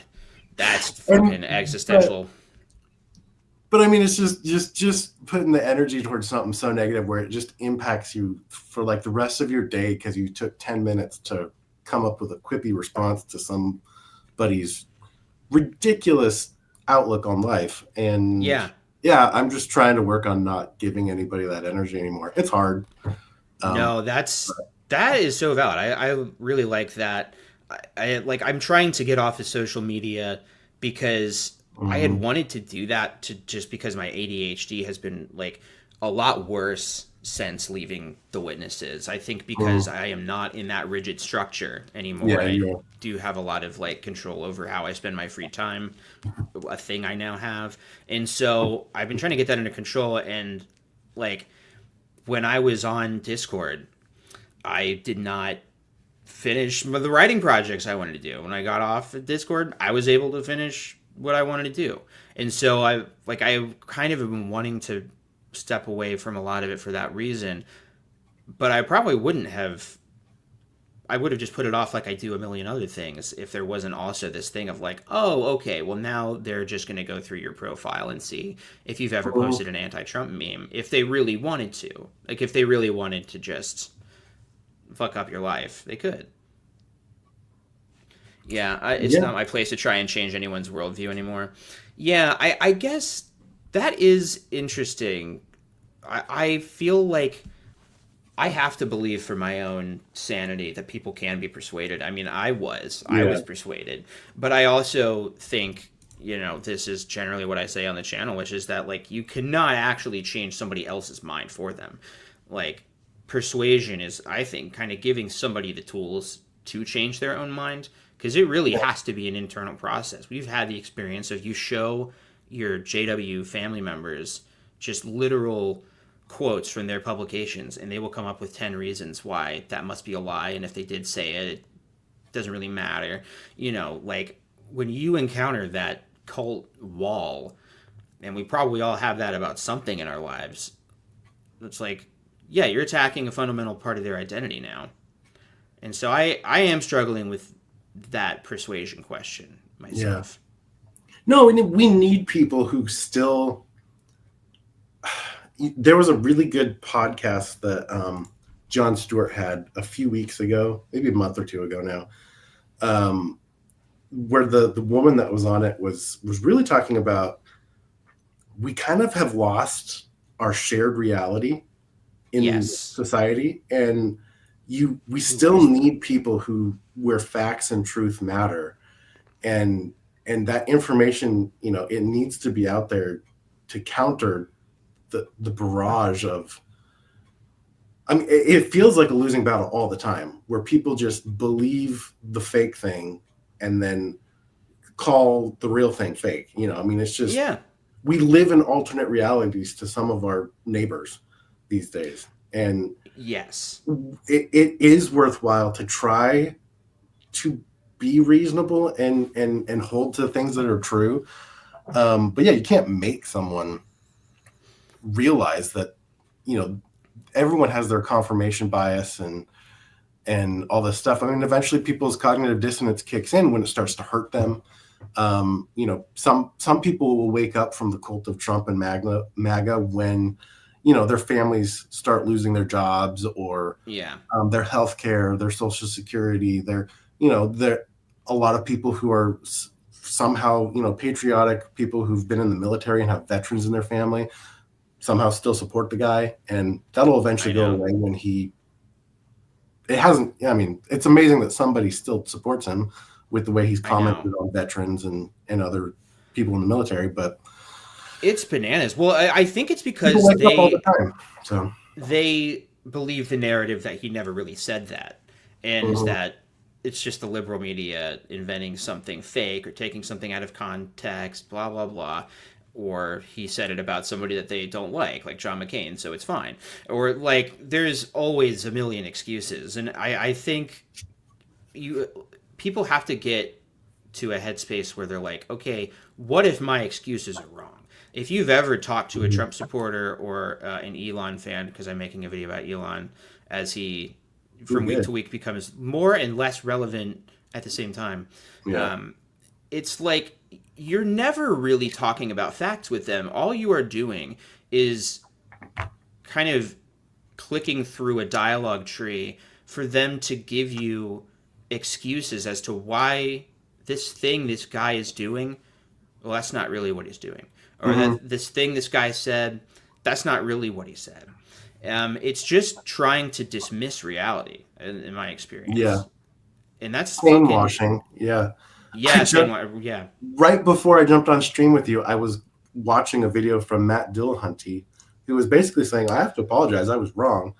I watched this too. I was like, it's great. He's not really that dumb. You guys are taking it out of context. I was like, oh, wait, I'm sorry. He was really, he really believed those perfect typeset letters were tattooed on the guy's knuckles. And he actually believes that. Like, I'm sorry. I thought he wasn't that dumb, but I was wrong. And No, I the clips of him, I really try not to watch him anymore, and that's a big help. It's just really not consuming clips of him and stuff. But I watched a couple clips of this Meet the Press interview he did, or I think that's where it was. This one from this morning where he talked about like, well, I don't know if we actually have to give due process, and it is kind of a great in the flesh embodiment of it doesn't really matter whether or not they really believe what they're saying. What matters is that we know that they're wrong. We know that they are making excuses, and that it doesn't have to be that way. Like, I think that's because I get obsessed with the question of like whether people really believe things, especially the governing body. Like, how do they justify these lies in their own mind? Is one of my favorite questions, and but I do think it's important that it doesn't actually matter how they justify it. They just want to reach the same conclusion that they already have, and they'll just say anything they can to avoid it. Mm-hmm. Oh, they think the suckers and losers thing was made up, since they think folks like Mattis, if I remember correctly, yeah, he's the guy who said it happened, are part of the deep state, so they can dismiss his words. Yeah, no, that's a great point, is they find a way to label them as like what the Jehovah's Witnesses do, which is anything that is a negative report about Jehovah's Witnesses is also a false report, because the mainstream media relies on apostates as their sources, and we know we can't trust them, so we know we can't trust the news if they say anything bad about us. And it's really that same kind of magic mentality where it's like, well, yeah, but that's one of the bad guys just saying that Trump said that, even though it's been confirmed by like 5 different people now that he did say that. Yeah.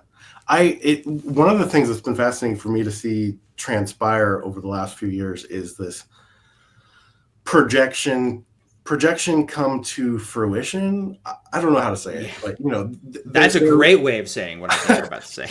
Because this whole like deep state thing, they've projected this idea that, well, the real problem, the real enemy is the deep state. The career civil servants are the deep state. They're the evil people, that we need to get rid of. And how do we do that? We install our own literal deep state, where we have people sign up over the last year to be part of Project 2025. You do not have to have any qualifications to run the department you're going to be put into. Your number one qualification is your fealty towards Donald Trump and the movement. And it's been mind-blowing to see that it's like happened, and there's seemingly no one to do anything about it. So yeah. Well, it also an incredible, like, just daily we're realizing that everything that we have is just a social construct, and that if somebody just says, no, I don't fucking buy into it, I'm not going to do it. Well, then if you don't enforce this social construct, it will collapse. And, like, you could use that for good or for evil. Like, money is a social construct, I guess, but the whole world relies on this social construct, so it's kind of harder to get people to be like, people, put down your... close the banks and just live off the trees. Like, it's just harder to do that. Wet dream. Yeah, we know how that like works. the fascism thing is, they create a fake threat, often based in what they themselves are doing. But they create a fake threat so that their solution to that threat makes sense. Like the Nazis, I know it's a cliche to bring it up, but it's fucking apt. They make up lies about these people being a pestilence and poisoning the blood of our country. Our country is supposed to look like this. In the past, we looked like this, and then look what this kind of evil force has done. And there's a ticking time bomb on it, because soon, if we don't take care of this, there's gonna be more of them than there are of us. So we have to, really exterminate this threat. And not everyone's going to get a trial. It doesn't matter. We just got to get them out of here. Right. Yeah, I don't remember why I was talking about that. I don't know. I mean, you can see their holes in their logic with, Elon talking about population collapse and we need more people in this country, and, we need to be having more babies, which is a whole like weird Handmaid's Tale thing. And it's like, okay, well, so why are you preventing people from moving here to work the jobs that need to be done, or kicking out the people whose kids are born here? Really, you're talking about a specific kind of, we need more of these kinds of babies in our population, Yes. And so, it really offends people when you point out the inherent racism in their beliefs when they claim to not believe them, but it's all tied up in white supremacy and white nationalism. And Christian nationalism is white nationalism, as far as I'm concerned. So.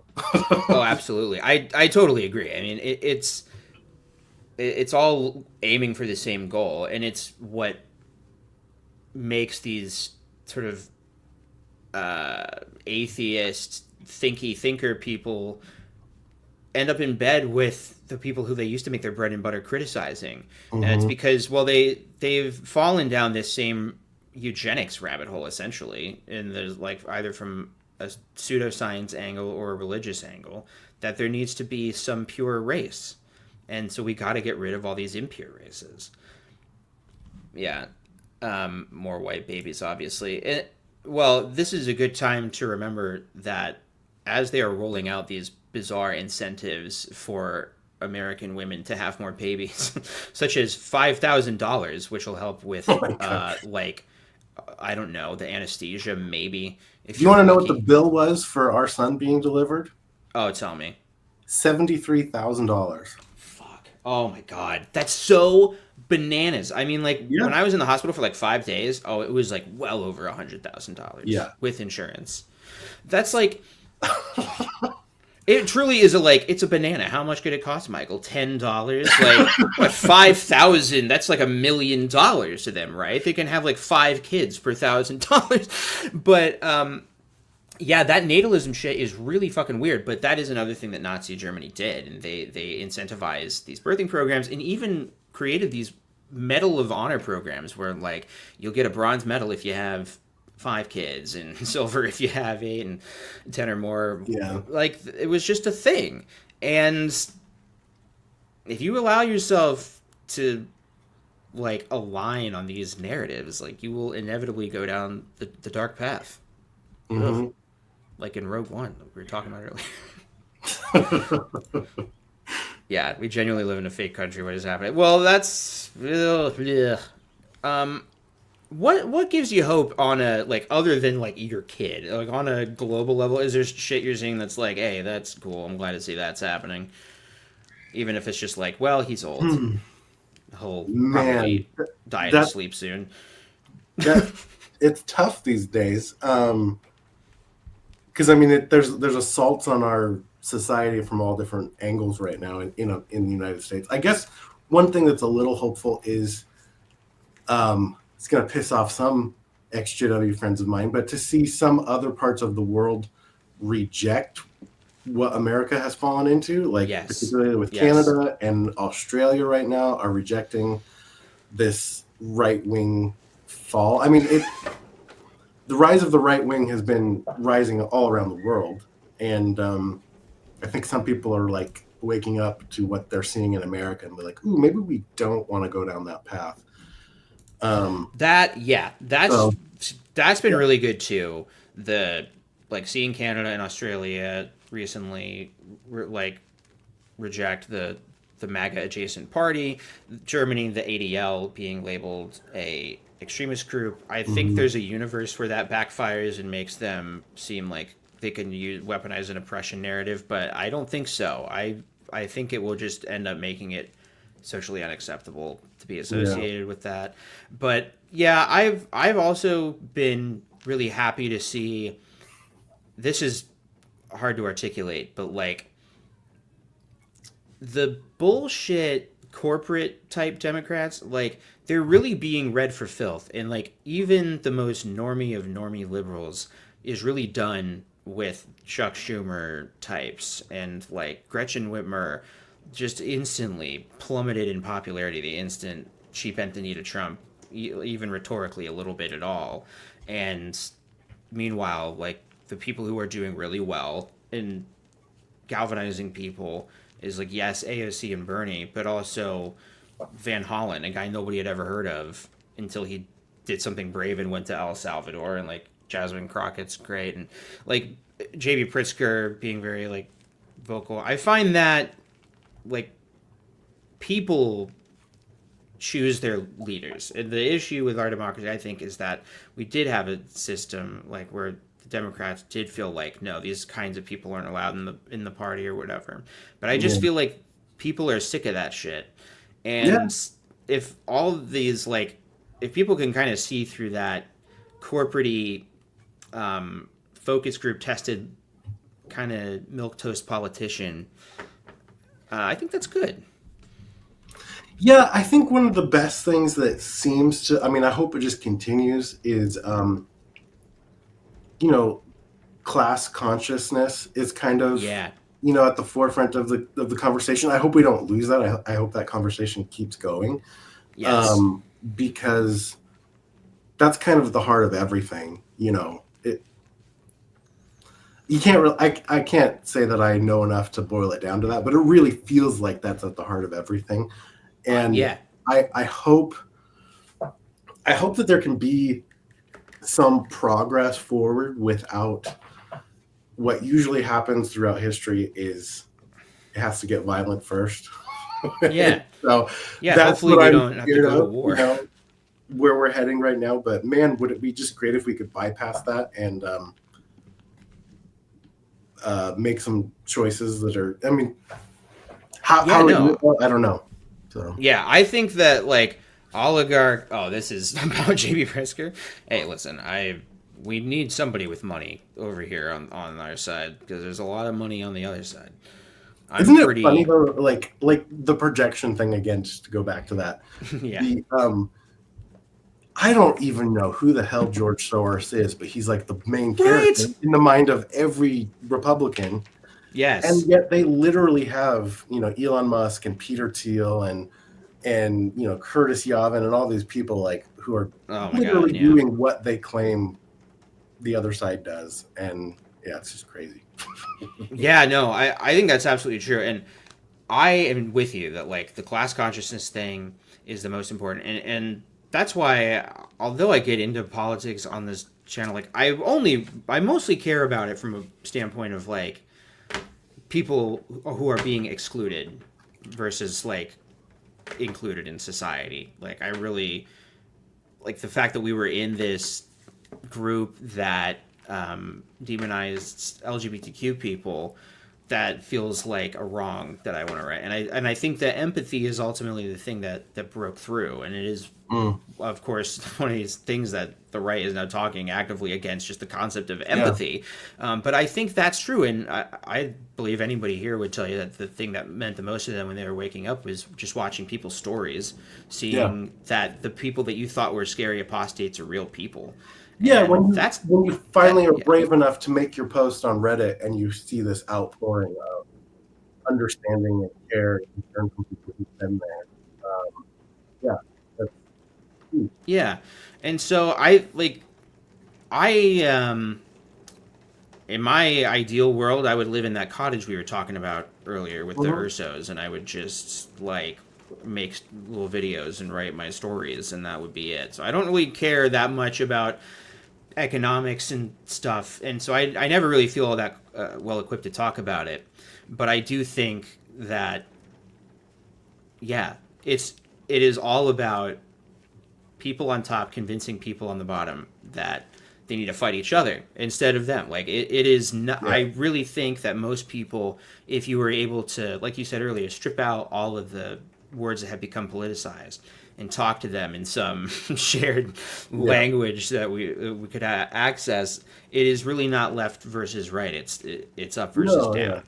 The wealthiest people in the world are throughout history have been incredibly effective at convincing people that it's the brown people, it's the gay people, it's the trans people are the reason you have to work 5 jobs and your rent keeps going up and all this stuff, instead of the corporate oligarchs who own all the properties. And I mean, it's funny to be called a liberal or radical because you think people should be able to live on one job or afford healthcare or not be bankrupt by getting healthcare and all this stuff. So and like this is I'm glad that Dial brought this up. Genuinely being treated so nicely by people on Reddit was such a game changer. Like, this is something that people talk about when it comes to being de-radicalized, and there's a gradient here. I mean, depending on if somebody is really involved in some real racist shit, that it's going to be hard for them to be welcomed into some spaces.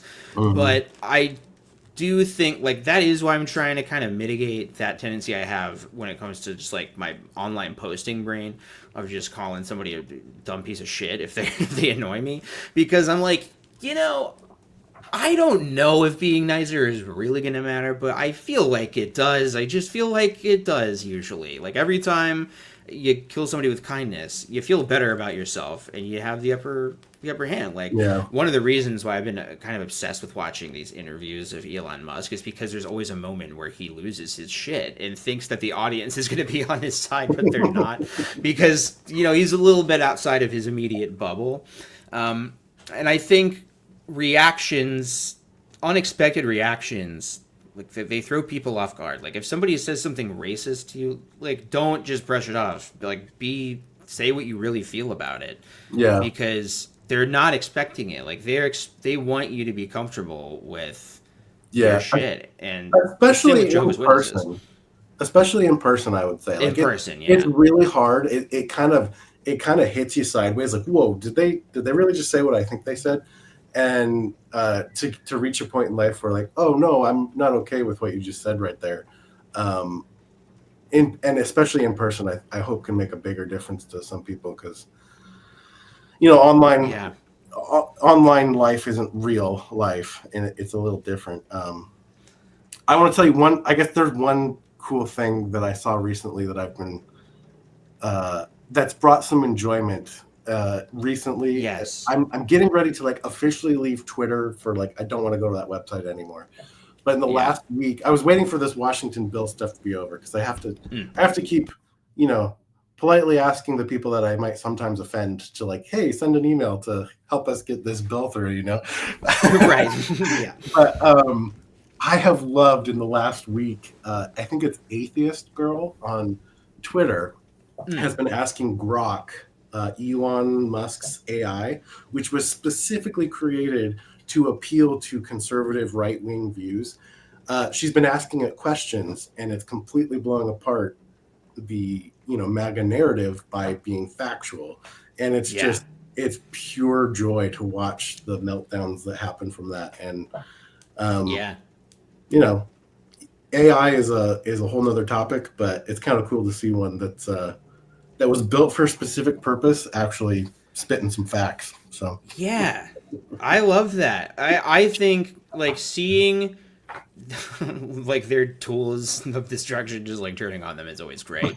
And I love that. To go to like what I was talking about earlier, I don't have any particular personal affinity with JB Pritzker or whatever, but like when I see somebody like actually standing up and doing something that I've never really see politicians do in my life, in terms of like really fervently speaking up against tyranny and like standing for something instead of just against something, like, I really haven't seen that. And like, from my perspective, like, that's the kind of energy that I wanted it, like when Biden took office in 2020 was like, we need fucking Nuremberg trials for this shit, like, because if this just gets slowly swept under the rug, it's gonna just be memory hold like everything else in the pandemic. And I do feel like that's what happened.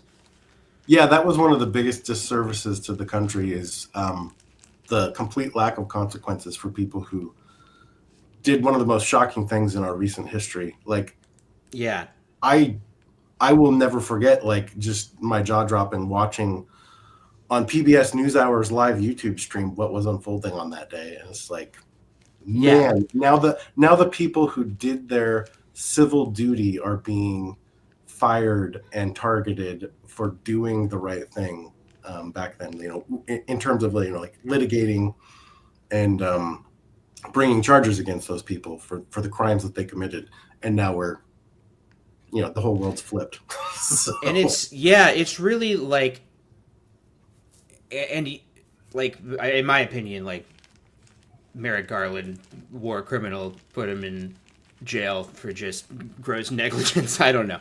Like, yeah, exactly. Thanks, Merrick Garland. Like, but it's Biden too, obviously. But the liberal establishment just was like, we just need to move on from this. But that just like historically it's what happened with the Civil War. It's what happened with Nixon, and it happened with Trump, and like that just can't, like, it can't stand. Every time our institutions are faced with like an existential threat, it's like, well, let's appease with the fascists a little bit, Yeah. and you just give away bits and pieces until nothing's left. And so I like to see that fight, because in addition to just like, we need people who actually are being a good obstructionist oppositional party, like, we need, like, I want to live in a world where there can be hearings about everything that is happening right now, about like just the insane corruption that's happening with like their Bitcoin stuff, Yeah. like these Doge, like how Oh that yeah, shit I went can't down. wait for the 2020 vision to look back on how much Doge cost the American people Oh my god, versus yes. their claims of saving on fraud and waste and stuff. And yeah, it's going to be really interesting to look back. Yeah, Yeah, we're not going back.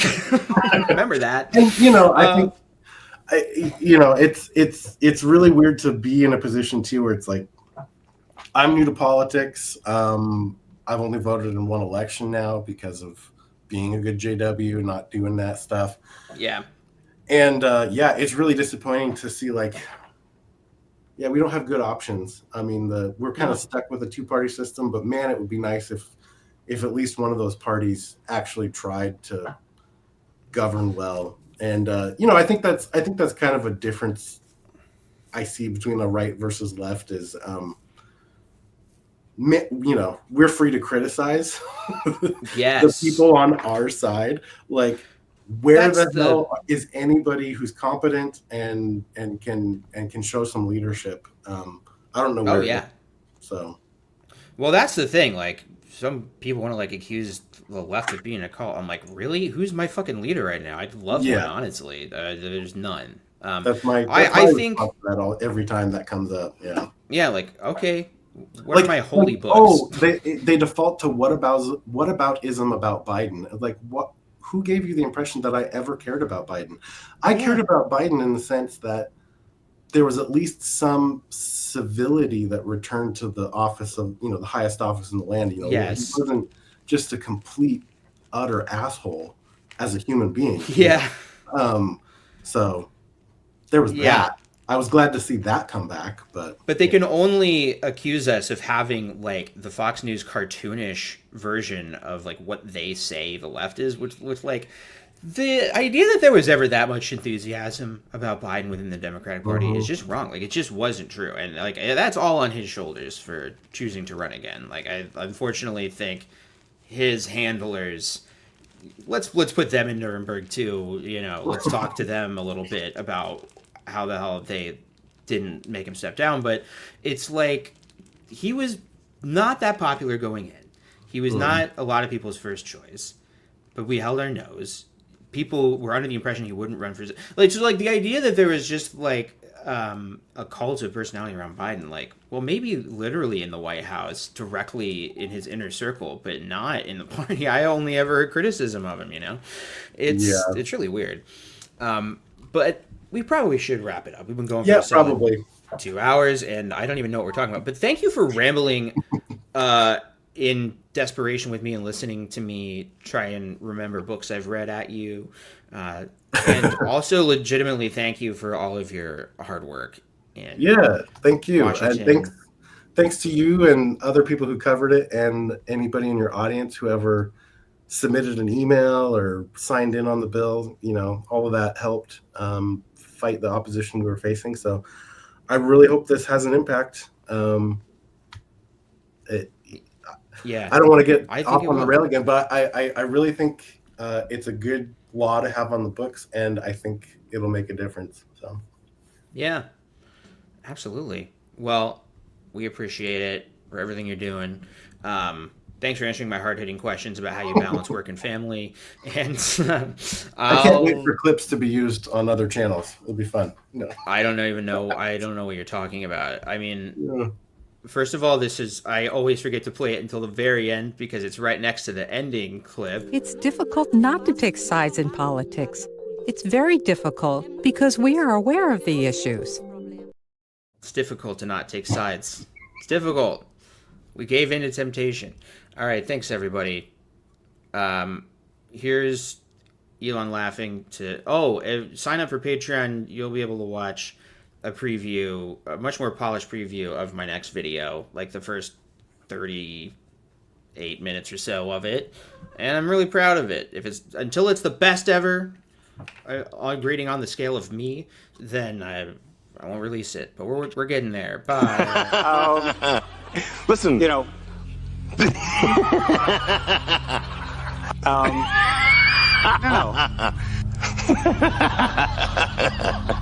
Yeah, all of that. Yes.